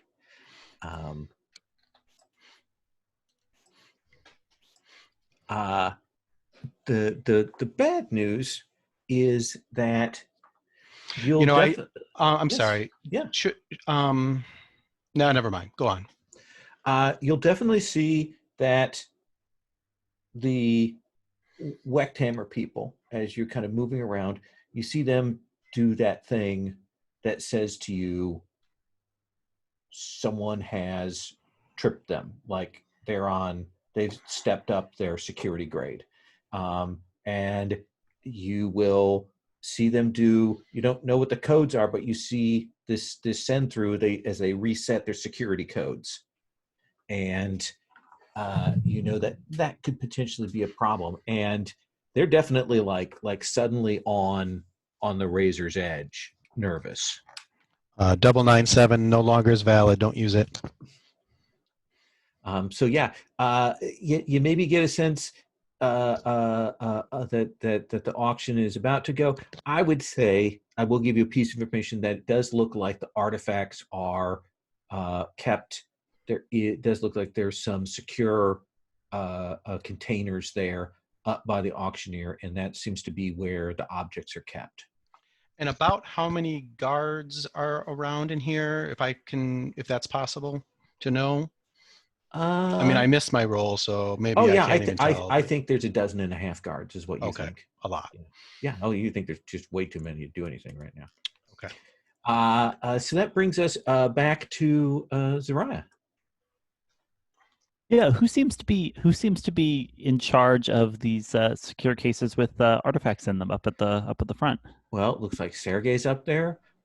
Looks like there's some kind of expert up there. Looks like there's the auction person. Looks like there's the Wechthammer chief of security up there. Those seem to be the 4 up by that. Great. Great. Yeah. Want to play yourself off as a buyer, or you want to continue with this Wechthammer ruse? I mean, that's what I'm dressed as. It's just that we. If you wanted, you could spend the gear to swap out into a different outfit, so it looks like Hmm. you're spend the gear in intel or the artifact. Yeah, I mean, I'm saving the artifacts for when we're For really a rainy day. yeah, yeah. Maybe that's the smart play here, right? Like, It does seem to be raining. spending is that can I spend a gear to, like, after having like entered here as Weckhammer security, slip behind a column and then come back out. 100% no roll necessary for that. That's a resource spend, and that's an easy swap out. Nice. So what do you want to do with that once you swap? I mean, like, I'm, I've got like a nice jacket with shoulder pads, and just, like, look more like one of the potential buyers here. And they're not at the, like, bidding phase yet. They're more at the, like, milling about. The looking over things, the discussions, the checking out the pre-see, all of that kind of thing.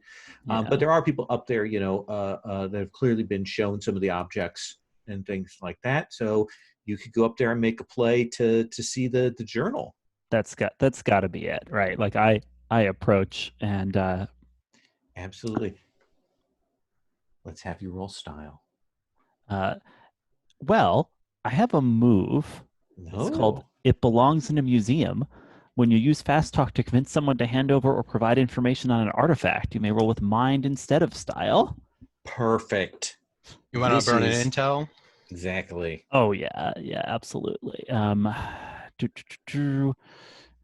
Ooh, here's my justification. Right. Let's say some of the intel we picked up was about, like, the last time this journal like surfaced, right? The last time there was kind of chatter about it, right? And so I approach and say, I'm very interested in this Josephich journal, but I got a tip that it might have been swapped for a forgery back when it surfaced in Paris in '74. I'd love to take a closer look before I. The auctioneer says, is sort of Eastern European accent. He says, "Oh, no, sir. I can guarantee that Sotheby's has checked the provenance of this, but certainly we would wish, if you wish to be, have a chance to examine it, we can do that under controlled conditions. Here, I'll bring that out. So just to set my mind at ease. Absolutely. And you notice that Sergei doesn't give a shit about any of this. Like, you say this and he's not paying attention. He's just more like he's just nervous about things in general. He jumps every time you hear the thunder outside.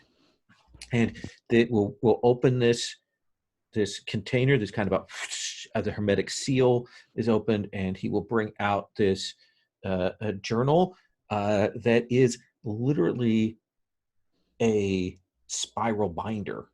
And he puts it out there, and he sets it down, and it kind of he will hand you a pair of gloves, and will allow you to peruse the binder, which is like it's spiral bound paper that goes from very old paper to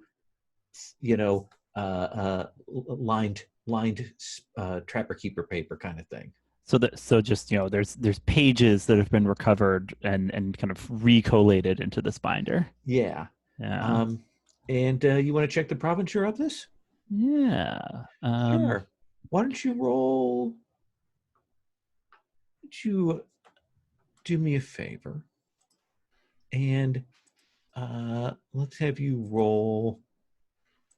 I think the appropriate thing for this is act under pressure.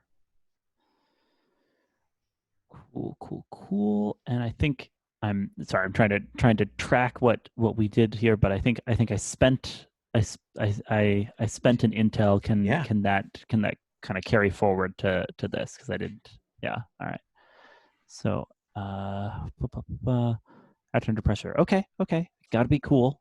Yeah. I What is your I can do cool? that. My cool is 0, but it sounds like I do have a +1 from the intel. So hoping to uh, uh, Yeah, I'll ascertain let that roll forward. hoping to ascertain what I need to ascertain without giving anything away here. Great. So I rolled a 3, and plus intel, that's a 4, Oh boy. and I think I get to mark experience. Yes. Could I now please have you roll Eldritch Trauma? Another XP opportunity. Sounds like it is authentic. However, That's the is what best I'm kind is of what I'm You are getting here. convinced that it is authentic. Gauzel est authentique. Yes, I don't have touch, so I'm going to roll at -1. Okay. I think antiquarians get it at 0. Yeah, They're they the get only it at class 0. that gets it Yeah. at start. Yeah. Yeah. Oh, well, that's handy. See, years and years of toiling in the academic coal mine have paid off in some way here.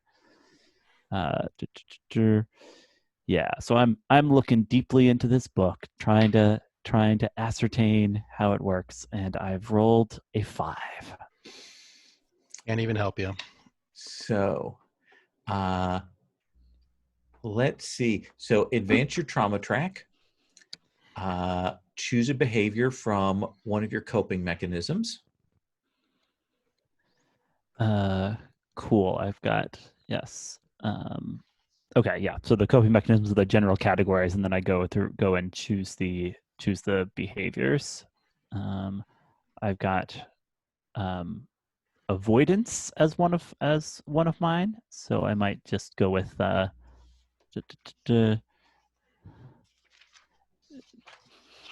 keep calm when it is dangerous to do so. So, you're nearby, right, Banshee? Yeah. You see Zariah turn and looks at you, and you will see these letters, these words in like Cyrillic and some other languages. And you know how these things will scroll by on a screen real fast? You see that scroll by on her eyes and kind of roll, and she's kind of holding her fingers, and there's like little drops of ink blood, and she's like, "This is authentic." Complete, like not at all registering that there's some sort of freaky shit going down, but at the same time you will hear this sound of metal tearing somewhere, and to feel the ship go. So let's start with you then, Banshee. When the side of the ship gets ripped open, what's your move? I think I'm going to run up to Sergei and this antiquarian, this expert, Uh-huh. and I'm going to say, come with me. I got to get you both to safety. Bring the artifacts with you. Come with me if you want to live. Okay. Exactly. Then I think that is still fast talk, but I think you've got the disguise to give you the Benny on this, right? Sounds good. Okay. And I definitely will burn an intel on this one. Sure. I think maybe the identity I've chosen is one that will speak authority to them. It's a name they recognize from the Wechtrammer, or whatever the name of our company is. So I think this is fast talk, right? So this is +3, can't go bad. True. Almost no. 7 + 3 is 10. So yeah, I think they suddenly this shock goes on, like probably the antiques person is sort of still freaking out, like can see that something's happened with Zaria. Sergei gets up, you grab on, and they're throwing the journal into this thing, and he has to gesture because this thing is heavy, and he has to get a couple more security guards, and they're lifting it up. And so we've got a security guard on either end of this container, the chief of security, the antiquarian, and Sergei, and they're all kind of moving with you, along through the ballroom, trying to figure out where to go next. I think I'm going to lead them towards the helipad on the top of the ship. and I'll kind of on the slice, say, we're gonna need to evac ASAP. Somebody try to grab a helicopter. We'll see how that goes. Vulpine. Oh, wait, I see. Let's start. Will, you had your finger up. So yeah, I was going to something like say something that may have bearing on this is let's do it. Before the boat got torn open, Jen was trying to track the entry point and, by contrast, the exit point of the other team, whatever it is. Absolutely. And that if that leads to a boat or a helicopter or something, I am going to relay that to Banshee. Let's have you. No, you know what? Let me tell you what you're going to see. I think you're moving along. You've already kind of followed the track. You will get up to the helipad, right? And you will see there are 2 helicopters there.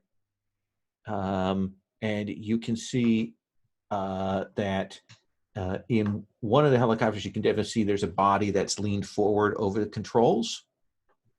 And you will see 3 of this team that have been left behind to secure the helicopters for evac. The rest of the team has probably gone in to get the materials, but these 3 are here at the helipads watching. You can see they've got silenced weapons. They're definitely keeping it quiet. What do you want to do? Relay that to Banshee. Helipad's compromised. 3 red team or 3 orange team. Well, it's time to go to work, ladies. Get that helicopter. What do you want to do, Jen? Oh boy. There's 3 of them and there's 1 of me, but it sounds like I might have to drop on them temporarily. Yeah. Well, Vulpine's out there, and we've got the drones, right? That can help maybe. Should we see what Vulpine's doing and then swing back to you, Jen? Vulpine, what are you doing? No, you get all this information. Yeah, so I think that whenever Banshee said, maybe we shouldn't go out on a boat, maybe we should go out on a helicopter. And I was seeing a bunch of blips in the water, and then Zariah said those could be rifts. I freaked, right? I was like, copter's the right way to go. So I head over and I'm going to try and steal a copter. Now I think about the time I get there is whenever Jen finds out, oh no, careful, there's 3 guards over there. You need to watch out for So all of the helicopters are here on the helipad? Just 2 helicopters in the helipad. Okay. They've clearly taken out the pilots, and they are holding the position, waiting for the rest of their team to come. Yeah, so I'm here to help you, or we can work on taking these 3 guys out if you want. Muted. What kind of explosives might damage the helicopter? But what kind of weaponry gear can we pick up with spending gear? I mean, failing that, I think just what's an angle of attack? Is there a way that I can use? Is there a way that I can use parkour to get behind one of them without getting spotted by the other 2? You could certainly give that a try. What is your? You have some default gear for being a hunter. So what did you pick up for gear? I've got a heavy revolver and a taser. I imagine the taser will work really well if they don't know I'm there, and I'm not sure a heavy revolver is quite hard enough to deal with 3 professionals. Well, here's the only way we're going to find out is you mixing it up. All right, fair enough. Okay.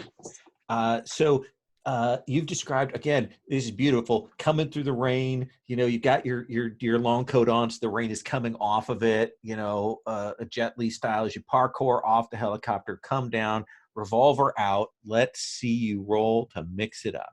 Oh boy. Is it a skill wire that gives you parkour? Yes, and I do get plus. That does, I believe, get me a +1 on this roll. If we're assuming that parkour is touching on this gunfight. Sure, I'll give you a 1 for that. All right. So what's your meat? Meat is 1 plus another 1. So 2.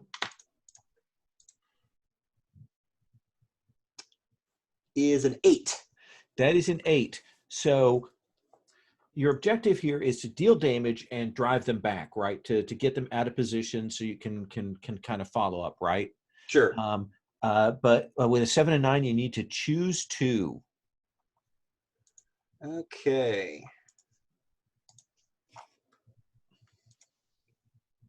Mixing it up.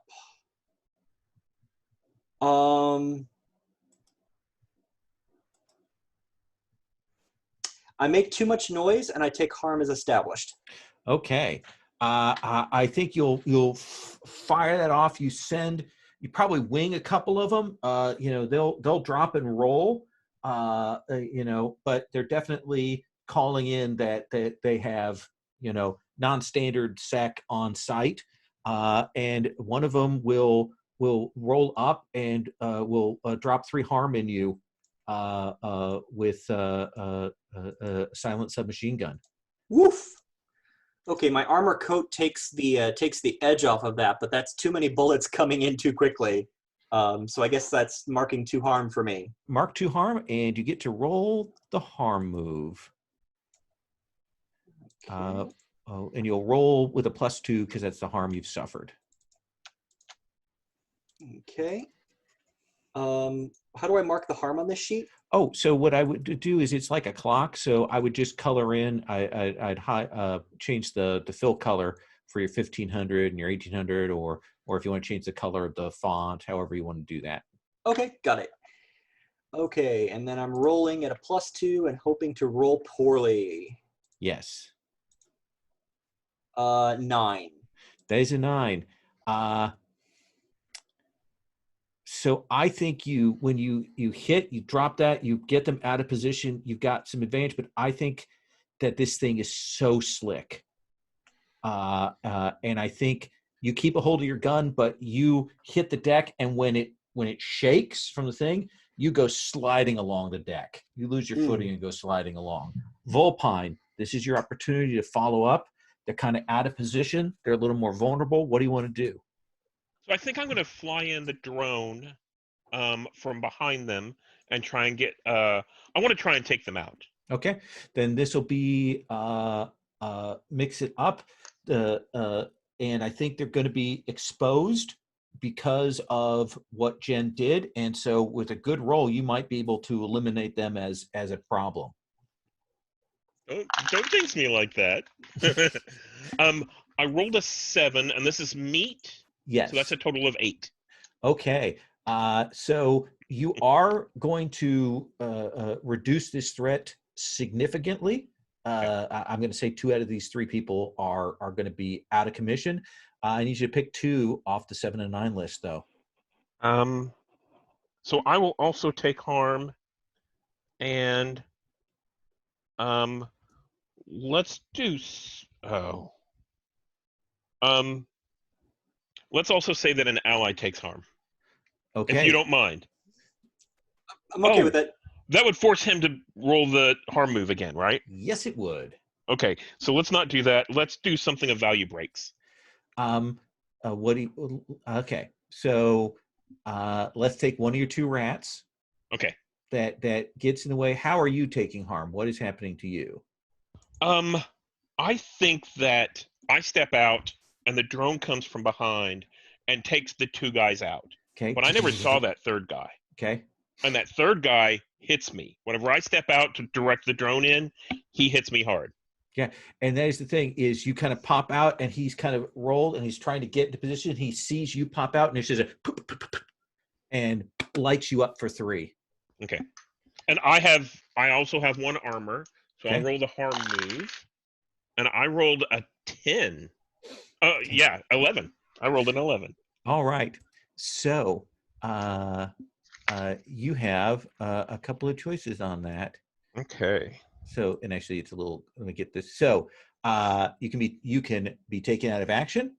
You can take the full harm of the attack, which would be 3. You can lose the use of a piece of cyberware, or you can lose a body part. What I mean, tell you about the cybervole who took these guys' eyes out in one session. So if I take the full harm of the attack, I take 3. Yep. I'll do that. Okay. So that hits you. It goes past your armor, like it hits you, and it knocks you back, and there's that moment where you're just trying to breathe, and when you breathe in, you're getting all that water from the air and stuff. Let's cut to the other team. Zariah,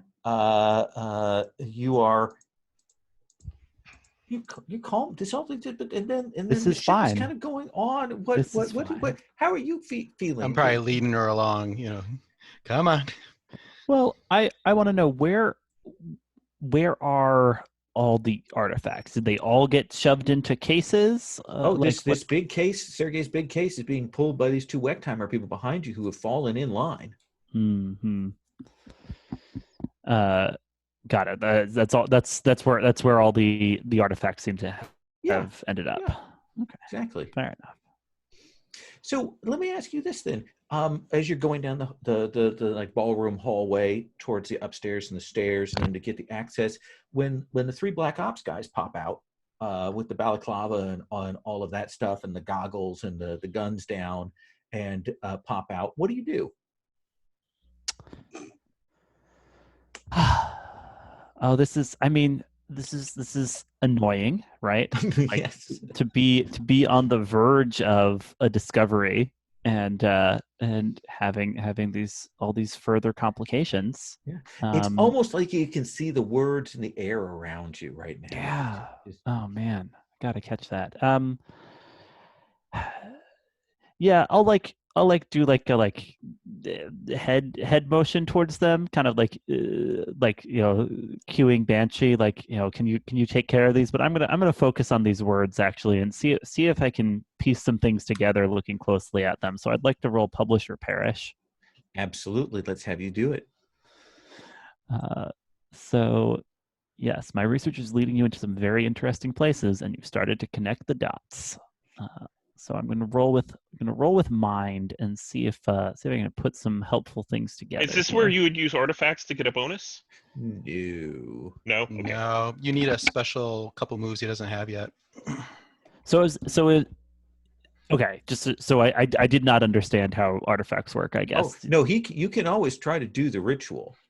You don't have to have the skill to do it. You don't have to have the skill to do it. Oh. It's just better if you do.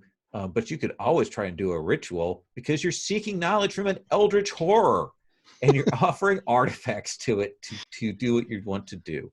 Okay. Oh so let's man. do Publish or Perish. There's so many different options. Yeah, let's go with Publish or Perish here. Great. I rolled a 3. Oh no. My mind is a 2, so that is 5. So I think that you are you're trying to read this, and you kind of step forward, and that's the point at which this guy just goes and puts a bullet in you for 3 harm. I think you don't even realize it. But do you have armor? I've got 1 armor from my leather jacket. If you could roll the harm move with 2. Will do. Stupid dice. Let's see what happens. Take your XP now. too. Yes. Oh, nice. Yes. Oh, I'm racking up the XP. You were a master of XP these last 2 sessions. Cool. So I rolled a 5 on the harm move. Great. And then am I rolling +2 because it's plus 2? Yeah. So I think that Banshee, it almost goes in slow motion. These Wektimer people behind you, you're leading them, you're trying to push Zariah on. Suddenly you see these 3 pop out, and Zariah just keeps moving. And then you see boom, and the spray of blood off from Zariah, and you see her stumble down a side hall away. Okay. Clearly not in control of where she's going, not cognizant of what's going on. and now you are separated. But what do you do, Banshee? Do the Weckhammer guys start shooting at the frogmen? Right now, they're carrying the case. Do they seem alarmed that these guys Yes, have they're suddenly going to appeared? get shot here in a Okay. second. So I think I'm going to be like, forget the artifacts, kill those guys, and try to get them to keep each other busy as I, drag the case away. And I don't even know what to do with Sergei. I'll be like, okay, maybe this is grasping. So I'll say, keep them busy, Sergei with me, help me with this case, and we'll follow Zariah down the other hall. What is the most important thing? If there is one of those Part things of that that? you definitely want to do, Yeah. what is it? Let's establish that before you roll. Because this is a multiple stage thing. Yeah, I've got to look at my directives here. Neither one really applies here. So, you know what? I am going to say, I look at that case and I see dollar signs with Richard Nixon on them. Oh, yeah. And I know that money could help my partner, finally get his spine fixed. So I'm going to mark that directive. And that's the most important thing to me, is getting that case out of here. Let's have you roll cool. Okay. I got 11 plus 1 on the dice, or 11 plus 1, 12. So I think that you and Sergei go pulling this thing, because he's also desperate for money, pulling this thing as the rest of the people that kind of drop it, they think that you're going to help them and stuff like that. And then there's as they do the dance, and you're pulling it down this hallway. You're a little bit separated from Zariah right now, but you're out of the essentially the fire line of these guys, and you and Sergei are there. Does that sound good? Perfect. Yeah, I think actually, yeah, I think the XXXP is delicious there. You can absolutely have that. Yeah.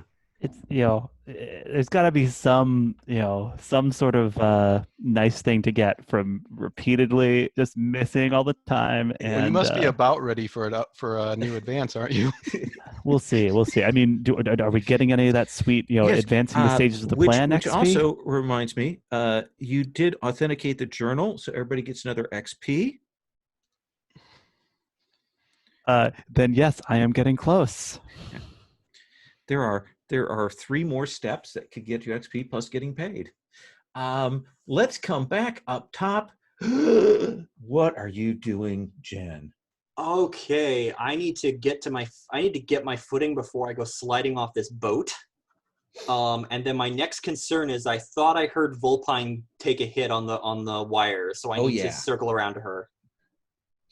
And as you're kind of getting, you feel the ship lurch.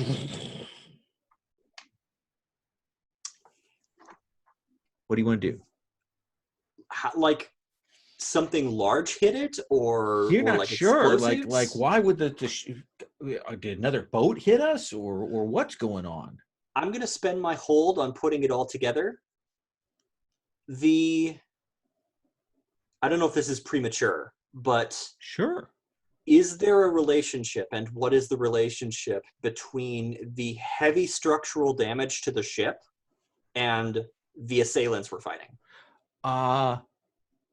You mean the Same team, different teams is basically what I'm asking. Different teams. It seems like these guys want to clearly here for the artifact, maybe destroy the ship. It seems like the things that are coming out of the ocean are here to sink the ship and take back what is rightfully theirs. That's fantastic. Yeah, probably hearing some screeching, some chanting on the wind here, but it's hard to tell with all the storm and stuff. All right, I'm going to try and get to my feet and get to Volpine and secure the helicopters. Okay, there's one guy left. Do you want to try and deal with them, or you want to try and get Volpine to a safe spot first?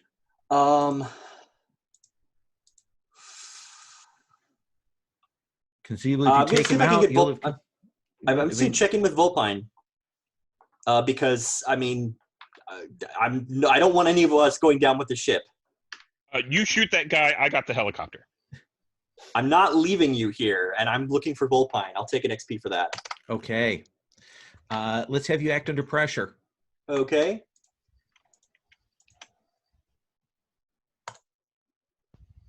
That is, I think my cool is 0. Mm-hmm. My cool is 1, so that is an 8. Not that it really matters, 7 to 8. So I think you will run, slide over, kind of get to where Volpine is, and pull her around the corner so she's out of gun sight of these things. But I think that as you do that, that's when there'll be that flash of lightning, and you will first see these things starting to come over the side. They are greenish yellow.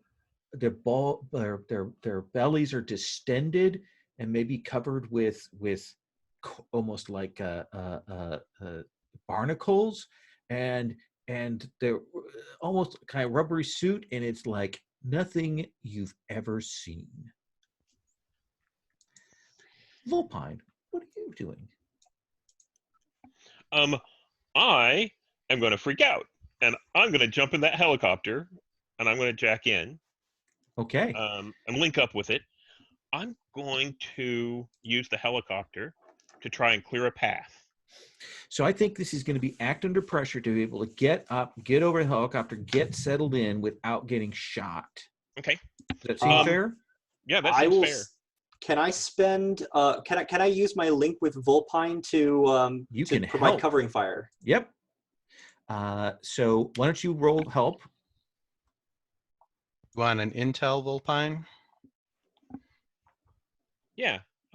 Let's see how the help roll goes, and then let's see that. That's good. So roll links with Volpine. All right. That is a 9. Okay. So they'll get +1 forward, but if they don't do well, you're also going to get shot. Mm-hmm. And I will spend an intel. This is a kind of helicopter that we've seen, in our surveillance, so I know what to expect. Absolutely. So that's a +2, and act under pressure is what? Cool. Cool. Okay, so I got a 1 in that, so that's a +3. +3. There's almost no chance you could fail. I'm also, this won't affect this scene, but I'm going to spend my XP to take the driver move second skin to help provide an escape vehicle. Perfect. Yeah. Hey, I rolled boxcars. Look at you. Tell me what that looks like. What do we see on screen that makes it awesome? We definitely see Jen's covering fire, laying that down. So I think that what we see is that kind of slow motion, run towards the helicopter, and there's that slow motion splash as you see the boots land in the water, and you can just tell the bullets are coming right towards where Volpine is from the frogman, and that's whenever Jen steps out and lays down this covering fire, and the bullets divert just out of the way, and Volpine grabs a hold of the edge of the copter, swings in that door, and plugs right in. We'll hear that as the rotors, start up. What are we doing, Zariah? You kind of off in a corner, a little bit by yourself. Suddenly you're realizing that the pain that you're in, there's a squelching sound, like the tearing. You're inside this big metal can that's starting to rip apart. It's the floor shaking. You can still kind of at the peripheral of your vision see these words. Yeah. Well, I think I'm close to a breakthrough, to be honest. But I do want to get a sense of what else is going on. Like, do I have eyes on any of my team or any of the assailants, or have I like really like gotten lost down here? I think that you don't have eyes on them, and they don't have eyes on you. So you are out of the line of sight for these assailants, and because they're chasing the container, they're probably not worried about you. But you still do have comms. Yeah. Do you mind if I comms the thing? Sure. Girls, this container is becoming scrap. Let's strip this job down to the basics and get out. You're saying you're not gonna hang on to the container? It's just, I mean, I'm not holding the container, so it's not my call, but that's what I'm saying on the radio. No, the container is the number one priority. I've authenticated the journal. It's worth who knows how much, and probably more valuable than that as a research opportunity. Cool. That is coming off this boat. Sure, cool. Grab that. Grab the Russian. Let's leave. So I will try to head back along the corridor then. Okay. Drawing the flechette pistol and seeing if I can get the drop on the people causing problems. Perfect. Let's you mix it up. Okay, nice. You feel free to use intel because you know the layout. Yeah. Why not use one of our intel, given that my meat is not good? But let me see if I can get the drop on the baddies here and relieve some of the pressure on the container. That's our mission objective.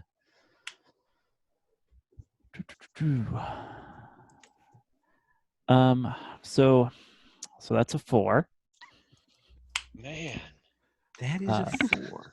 I have good news though. Yes. If part of the problem is that my ethical code prevents me from killing, and so I shoot to wound, and this causes an issue, that will give me the XP to push through to an advance. Oh, absolutely. You get the XP for the miss and the XP for the, I don't know if I could just shoot these guys from behind. And it's that moment when there's that kind of, slip when the ship starts to actually turn, go up. And one of these guys slides and he turns around and he puts another 3 harm into you. Yeah, that's bad. I lurch back, slamming into a wall. And I guess I have 1 armor from my jacket. Mm-hmm. So am I rolling the harm move? And you only roll with the harm that you just took. So just with the 2. All right. Now this time my propensity for always getting low dice will be helpful. It should work out for you. I rolled boxcars. Oh no. Choose one. You're out of action. You take the full harm of the attack before it was reduced by armor. You lose use of a piece of cyberware until you can get it repaired, or you lose a body part. Definitely a body part. Okay. What do you lose? What happens? Yeah, I think it's a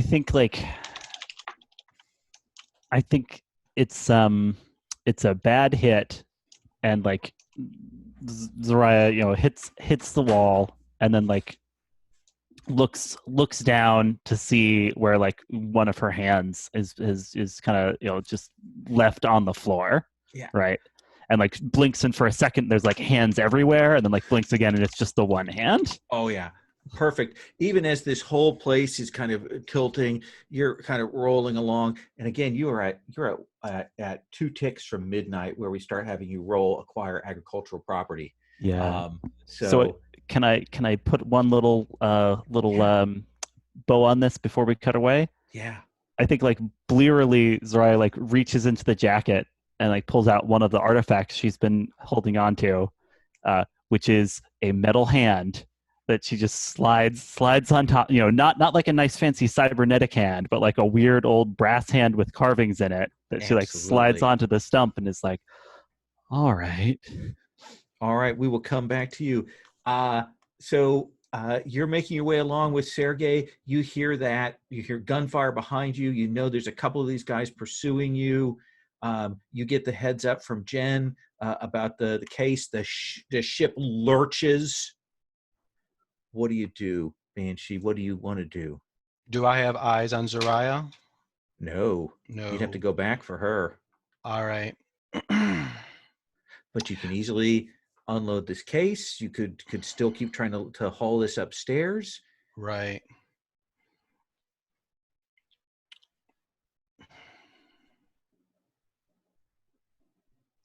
I think.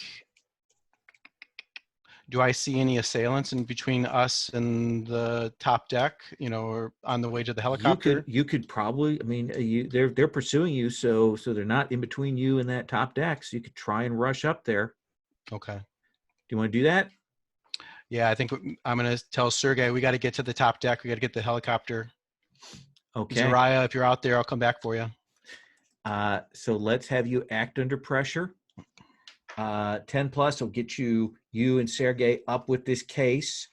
Okay. 7 to 9, it will be more complicated. All right. I am going to burn an intel. Once again, I remember the blueprints of this place. Mm-hmm. All right. So that's cool, right? Yep. All right. +2 on this. 7 + 2 is 9. That is 9. I think that what we will see is you get out in that top deck and there's that flash of lightning and you see all these things. And they rush and they tear that case away from you and they kind of push it back down the stairs. You've got Sergey with you, but there's this horde of deep ones filling the decks, and they have pushed it down to the bottom of these steps, and they are tearing open that case right now. We'll come back to you in just 1 second. The good news is they're between you and your assailants. Let's come to Jen. All right. First things first. The not literal frogmen who were guarding the helicopters all taken care of, or is there still one outstanding? There is still one, but now that these deep ones are up here, she is falling back because they are swarming up onto here, and you can see that this is not what she was expecting. Right. Okay. Then I am ducking into a side passage, and I start calling out, Zeruiah, start naming landmarks. I'm on my way. And I'm going to see if I can use, I'm going to spend an intel. I'm going to see if I can use the knowledge of the boat that we've established. Say we've got blueprints of what a boat of this chassis would look like. To try and navigate to where Zeruiah is by communicating with her. There's a hand on the floor. There's blood. There's a lot of blood. Come on, honey, you got to stay with me. There's walls. What color are the walls, honey? Blue walls. Large porthole. I'm seeing signs for the billiards room. Billiards. All right. What else? Just take a deep breath. And you hear like a weird rattling breath on the other end of the comms. Let's have you roll act under pressure to since you're racing against the clock to get to her. All right. And I get +1 for the intel that I'm spending. Has somebody taken care of that, or do I need to mark it? All right. Looks like it's taken care of. If it's down to 1 intel. So I won't double it off. That is a 9. That is a 9. Anybody assist with that one? Yeah. Can I assist? Oh yeah, you've got those drones to do that. Yeah, let's have you roll. I was going to say, how about if I spend a gear, and this is where the bomb that we left on our boat to get away, I just click the button, blow it up, knock everything kind of sideways. Sure. Roll your links with her. Okay. I rolled a 10. Oh, I yeah. think I have a 1 link, so I'm removing the gear. There's that shift of things. It's thrown, and you'll be thrown into this hallway, and yes, you will get to Zariah. But Zariah, what are you doing right now? Yeah, I think I've like pulled myself up and like holding out the like arm that I've like hastily affixed this artifact hand to, and I'm saying we gotta get the case, we gotta get the journal. I can do it. Oh, babe. I'm seeing that you would not believe what I'm seeing. This line of work is really not working out for you. You saw the creatures from the deep? They're all over the top decks. I know what they hate. I know just what they hate. All right, let's go check it out together. And I loop an arm around you and I start trying to carry you to safety. Leaning on you, right? But like telling no, not that way, right? And trying to direct you towards where I think the case is. Surrounded by those deep ones that are tearing through it. Let's check with Volpine, and then we're going to cut back to you getting to that location. Volpine, what are you doing? Lots of movement on the decks. Yep. So I'm going to take the helicopter, and I want to clear a path. This is where I think the rest of them will be coming out of, and I don't know if this is. It depends on what the scene looks like. This could be me just laying down strafing to get everything clear, or it could be me just literally taking the helicopter and just scraping everything off. I think this is. I think we're still in a violence mode here. Okay. I'm going to give you some armor from I'll reduce the harm that you might take if you have to take it, because you're up in this armored helicopter. But let's have you roll. Let's see you mix it up. Okay. So in this game, when you have a vehicle, they usually have power, which gives you pluses on your meat. Do you know what I'm talking about, Lowell? Let's give you a +1 on this. Okay. So I have a 1 meat, so this will be a +2. I rolled a 9, so that gets me an 11. Okay, so we will see that they don't have very much in the way of weaponry, but they have enough that you will see those guns going off, and you're kind of clearing the path, and you clear that out. You can see now. We're going to come back to you in a second, Banshee. But now you've got a clear path to the helicopter. We'll come back to you in a second, Zariah. You guys will hit that big wide avenue at the bottom of these grand stairs, and these deep ones have torn open this case, and things are everywhere. Just artifacts all over the place. Yes. Yeah. What do you want to do? So I'm gonna reach out this new hand that I have, and like intone something in a language that hasn't been spoken aloud in a millennium. And with all that XP I was picking up, I have unlocked the move Spellcraft. So when you use an artifact as a conduit to call upon the energy of the rifts to shape raw magic into physical effects, roll plus touch. Let's have you roll. All right. I have come to not trust roll for your party anymore. Fair enough. So if it's okay, I'm going to use physical dice. Please do. However, I'm also using the new trophy dice that I just picked up. So if they go really badly, blame the forest of Old Caldor. Okay. All right. Here we go. Okay. Doesn't look very good. Oh.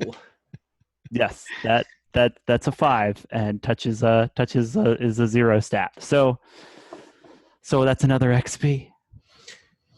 I think you absolutely call on the power of the rifts, and I think that power comes out. What does it look like? I was going for a bolt of electricity, just like coming out of my hand, and chain lightninging among the deep ones. And absolutely, you throw it out there, and it will catch, and you will see pages go up in flames, bits and artifacts shatter into pieces. All of it just like an explosion of power as the chain lightning goes from an artifact to deep one to another artifact, and I'm probably pulling out my taser at this point to try and deal with some of the deep ones, just for the record. They're cleared. Okay. Everything that you wanted is annihilated. Yeah. Yeah, she just like sinks down, crumpled on the floor. Sergey's in the helicopter, right? Volpine's in the helicopter. You're up there. You look back. You're like, okay, we got to get that. And then you see everything go up in flames, Banshee. I say shit. And the helicopter is like right there now, right? Yeah, you can. He cleared clear path. So to go I'll up there. push Sergei onto the helicopter and jump down and push whatever it takes to get Zariah up here. I think the two of us can probably do that pretty effectively. We see that run. These deep ones are now howling as what they sought has been destroyed, and they're in just this rage as the ship is starting to do that thing. You're having to lift the helicopter up because the ship is starting to tilt up. You guys have to do that run jump through the rain and get climbing up into this thing, get Sergei up into this, and we'll see you kind of pull up up, the lights illuminate. We see this swarm, decent CG effects, swarm over it as this ship goes down into the waters. So another XP for capturing Sergei and another XP for escaping. So everybody gets 2 more. Hooray! And I think we see us cut to an area in Newark where you've radioed to contact Mr. Vinesh, and you can turn over Sergei. Let's have you. Who wants to make the get paid roll? And should we heal maybe Zariah first, just in case? Oh, yeah. Like give Volpine a chance to use your healing skills? Yeah, let's have you do that. Yeah. So because she's clearly a mess by the time she's so roll helicopter. Roll apply first aid. The last time I ran Sprawl, well, actually the time before the last time I ran Sprawl, every time someone tried to apply first aid, they managed to make the injury worse. Nice. No pressure. No pressure. Okay. So because they are past 2100, I need to use the EMT kit. Yep. Okay, so, and I roll cool. My cool is a 1. Yeah. Can we spend any of this? I think we have 1 left. Gear? Yeah. Is that possible? Intel you can spend on this, yes. Oh, you mean just burn the gear? Yeah, I would do that. Gear was just stuff, but you can spend the Intel if you have any Intel left to get a bonus. Yeah, we've got 1 Intel, so I'll spend that. So that gives me a +2. Let's see it. I rolled a 10. So if their harm clock is at 2,100 less, okay. So you are going to reduce their harm by 1 segment. Nice, sitting at a nice, manageable, 2,100 harm. Volpine, you have a skill that allows you to heal an extra harm segment when you heal. Oh. So I think you heal 2. That is right. Yes, even on a miss. I heal 1 even on a miss. So we get that the EMT kits out. We get the trauma derms. We get all that spray plas in there. You're a mess of bandages and healing foam and stuff like that. And during this process, Volpine sees this crazy hand that's arcing with eldritch energy, and I think she takes that EMT kit and sets it down over the hand so she doesn't have to look at it. Yeah. And starts working on Zariah. Yeah. And Zariah nods because that was the promise that I made. You won't even have to look at this. Let's have you roll getting paid with a +3. Who would like to roll that? Anyone but me should roll it. Let's have Banshee roll it. Yeah. All right. Lo, before, this is totally just for flavor. If this is where you want to go with it. Sure. Is it possible that I pocketed an artifact in the process of moving it around with Sergei? Ooh, here's another option. We still have 1 artifact from Zariah on our list. Do you want to try and swap it out? That's pretty cool, yeah. He's looking Yeah. for the book, though, is what he's looking for. So Yeah, but No, he gave I us. don't want the book. The book was destroyed. I'm just Yeah. thinking one of the other We saw it nondescript. get destroyed. Yeah. yeah, yeah. You know, I'm just thinking my desire to help my partner. I might have reached in there and made a switcheroo purely just for narrative purposes. I'm not looking for any mechanical benefits whatsoever. yeah. We can run that in the storyline next time. I like that. Yeah. Yeah. And you can have it. You can have it. You know, corrupt my the last soul or whatever remaining, you want. You know. Spend the All last remaining artifact from my artifact hold on this. That works. Sure. All right. So get paid. We're at what, +3? +3. All right. 6 + 3 is 9. That is a 9. So you may choose one from the list below. It is not a setup of ambush. You are paid in full. The employer is identifiable. Meeting doesn't attract the attention of outside parties. You learn something from the mission. Everyone marks XP. Choose one of us. I think I think maybe it's not an ambush. Okay. We didn't really succeed, so I imagine we wouldn't get paid in full anyways. He looks and he's clearly got to have Sergei, but he says, but the journal. It was destroyed. It was unavoidable. Yeah, it burst into flames. It was all those damn frog people. I hope we never see any of those frog people. Whole lot of interested parties after that journal. Somehow, none of them got their hands on it. Funny how that works. He says it might have been better for the world if someone had gotten a hold of it. I'll give you 2 cred each.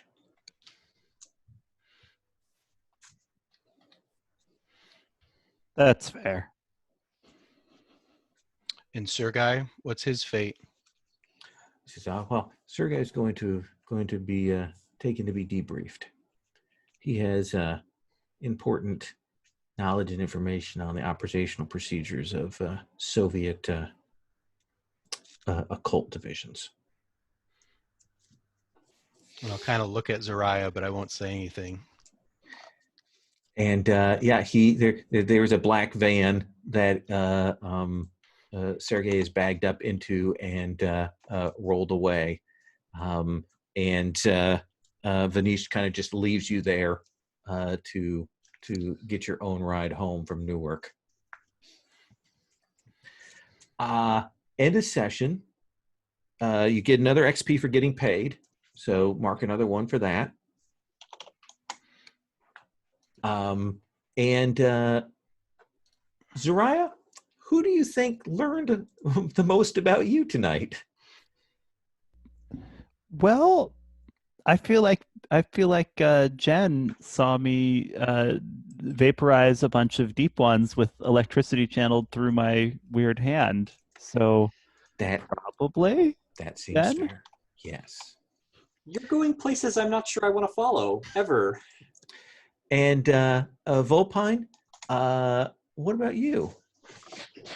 I'm going to say that Zariah knows me better because of, the conversations we had about, I don't want any of that crazy stuff. Oh, wait, you're the crazy stuff specialist. That's right. Absolutely. And what about you, Jen? I think Banshee, you're the one who seems to generally be on top of the mission plan and the SOP, and Jen's call to just strip it to its essentials and go was an awfully premature call. You think I learned something about you there? Yeah, like Jen may have been too early to let all those artifacts go. Yeah. And Banshee, what about you? Who learned about you? Well, I spent all my time with Zariah, but she was bonkers the whole time. So I'm gonna same reasoning. I'm gonna say Jen. I think that tactically we were in communication quite a bit. So yeah, Jen, go ahead and take 1 with me. And let me ask you, Banshee, what does this thing look like that you got out of the chest? What is it? Is it a knife? Is it a sigil? What is it? I think it's Stone hand? No, I think it's a, Banshee's, she's not educated. So she grabbed this thing that has, it looks, what's that? Is it called a catechus or a caduceus? Like the snake twined Yeah. around a pole, or what is it, a pole or a knife or whatever. But it looked like it was like some sort of healing type thing. So she picked that up from going to, like the health service center, but she might have been wrong. It might not really mean that. I think when you pick it up, I think the snakes writhe in your hand for just a moment before they settle down. Mm-hmm. Do you mind if we take just a couple of minutes to do a quick stars and wishes? I would like to do that. So, Lowell, if you don't mind, yeah. Is it okay if I take that copter as a vehicle? Yeah, go ahead. Yeah, I like that. That'll give you a ride home from Newark. Yeah, that's exactly right. Yeah. Okay. Certainly you can take that as your move. Well, let's start with you, Stephen. Do you mind doing stars and wishes? Do you want to start with wishes? Do you want to start with stars? Do you want to do both at the same time? What do you feel like? So I don't have a good idea yet. Let's start with wishes. Okay. Let's see. Things you want to see for next session, or things you want to see more of? Next session it will be the last session. Yeah. I just got a driver move, so I guess I want to see more action in the helicopter. Okay, you want a vehicle sequence. Okay. Yeah. Anything else? Not that I can think of. I think most of the wishes that I had previously were things like, I want to see weird stuff happen. We saw that. Yes. I want to see medics. We saw that. Yeah. Well, I'll definitely make sure that the 2 missions on option will have a good opportunity for vehicle sequence. That makes sense. What about for Jen? Will, what do you want? Wishes, thoughts about the system, or things you want for next time, or things you want to see? What do you want? Sure. I feel like, I this may just be me being new to Sprawl and then doubly new to Touch, but I feel like there's a lot of stuff going in a lot of directions. And if we have any more resources about what kinds of gear is available, like from weaponry or gadgets or things like that, like if we have any kind of tables in the manual that could be useful. Yeah, I put that asset PDF that has a list of gear, but really I think when they say the gear as a resource, I think they leave it really open for you to come up with anything, which is good and bad. I think you're right there, that it would be a little nice to have a little more direction on that. And I love what's happening with Zeruiah, and I want to see that come to a giant messy head, so to speak. All right. Yeah. I like that. Jason, what about for you? Stars. I like the fact that, that everybody got some nice spotlight today, and they all did what their characters do, and, they had a chance to shine. That was a nice session today, especially. I feel like last time I hogged it. Maybe me and Zeruiah hogged the spotlight a lot. So I'm glad to see that spread around more today. Wishes wise, I'm going to be game mastering the Sprawl next month, and I've been thinking a lot about this too, of setting setting up and having cyberpunk visuals. So maybe Lowell, if you could throw in a little more of that kind of feel, that cyberpunk kind of neon and chrome and all that kind of stuff they talk about. Absolutely. Yeah, no, that's right. Do you have a copy of Augmented Reality? Yeah. I just bought that. That is my go-to for that kind of thing. Mm-hmm. I will admit that the 80s as cyberpunk thing, while I appreciate conceptually, it is a challenge to then figure out what that looks like visually. So yeah, I didn't really lean into that. I leaned into more of the 80s aesthetic than the cyberpunk stuff, I think. I'm playing, my scenario is going to be in the Blade Runner, so it definitely, you get both in the same, because because that movie came out in 82 or something. Yeah. Okay. Alexi, wishes? I wish to roll hit. One, maybe 2 would even be nice. But that's up to roll for your party, and Lowell, you handled my terrible luck extremely well, because I was enjoying all the moves you were throwing my way, and the ride was a lot of fun. But I did feel like, man, can't Zurio catch a single break here? That is the thing. You did so well in the early phase, and then when we got to things that just yeah. But I'm happy about my weird hand. yes. And excited to see where this goes. Story-wise, I mean, it came to a point where it was better for you just to keep missing, just to lean into it, just go totally off the deep end. Just keep digging. Right, and the system wants to kind of bribe you to like take suboptimal actions to get that XP. But if you're also just only rolling misses, things just spiral really fast there. Yeah. And I will say that harm move is brutal. It is brutal. And didn't you say you'd killed a bunch of characters that oh way? yeah. I in the other game, players died, and also many players walked away with missing limbs. Was a consistent thing. And had players who went out. Like that's never a great choice, but sometimes players just like, okay, this mission has gone so wrong, I'm just unconscious, which feels appropriately cyberpunk in some ways. Stephen, let's come back around. Stars? Well, I wanted to mention, Will, if you were looking for more things, you can always grab stuff from like Cyberpunk or Shadowrun or anything like that and see if we can't port it in. I know I had trouble looking at a generic list and knowing that would be cool, but so I've done that in the past. And then another thing to set the mood, and I forgot to do it tonight until like 3 minutes ago, was running a background music. So if you wanted to, that's something you could send out to your players if you wanted to try and set the mood. It can be distracting if you have it too high in volume, or you're kind of the person that can't handle background music or something. But yeah. So as far as stars, I love the scenes with the interaction between Banshee and Zarya, where basically it was sort of like Zarya was the funny man and Banshee was the straight man, right? Banshee was like, let's get in, do the job, get out. And Zarya was like, let's screw everything up. And I'm like, that's so good. So, yeah. Awesome. Will, anything you want to point to stars? Oh yeah, I mean, so Zaruya, or Alexi, I know a lot of this was much of it was from the dice, but a lot of it also was just you leaning into the terrible thing, like your character's motivations lining up with the tilt that the Eldritch power had given you, just taking you into drive your character like you stole it.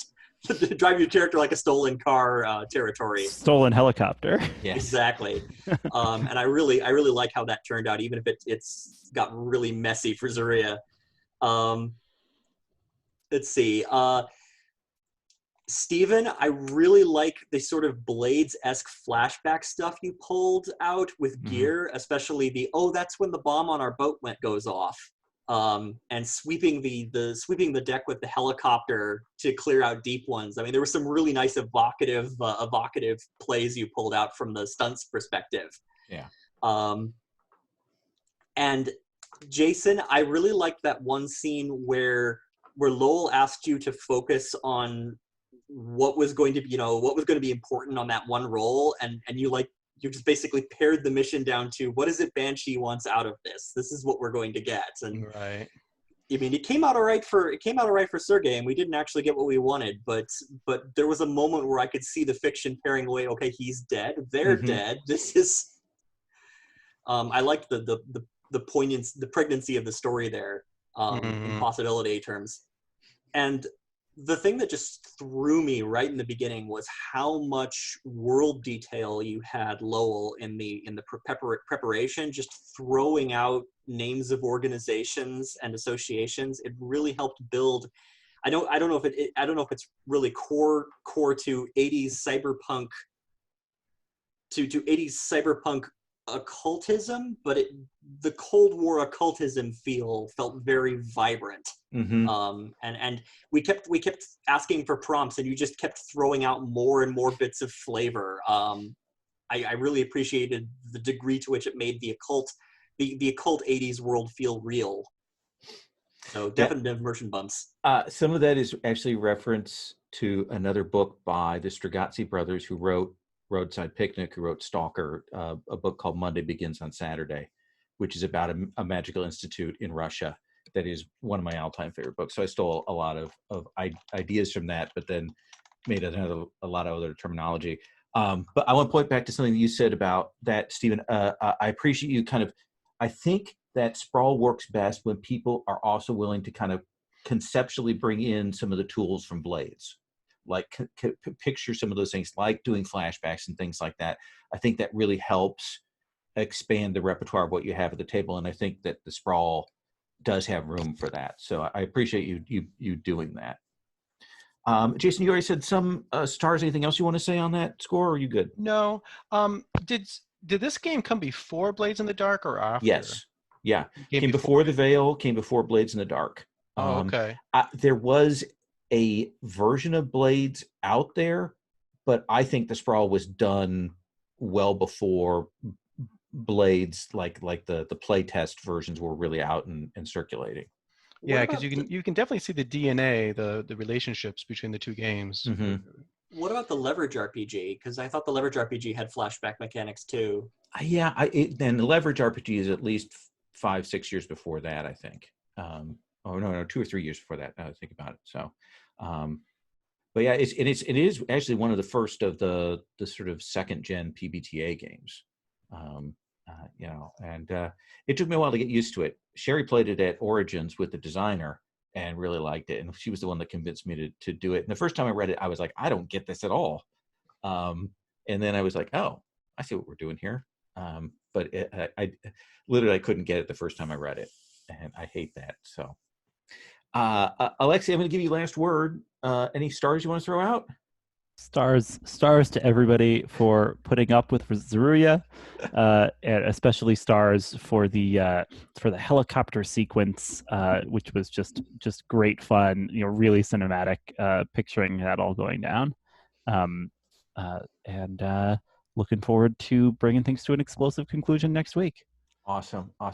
Thank you all so much. Is everybody cool with me posting? Yep. Okay. Awesome. Well, I'm going to stop recording and do that first.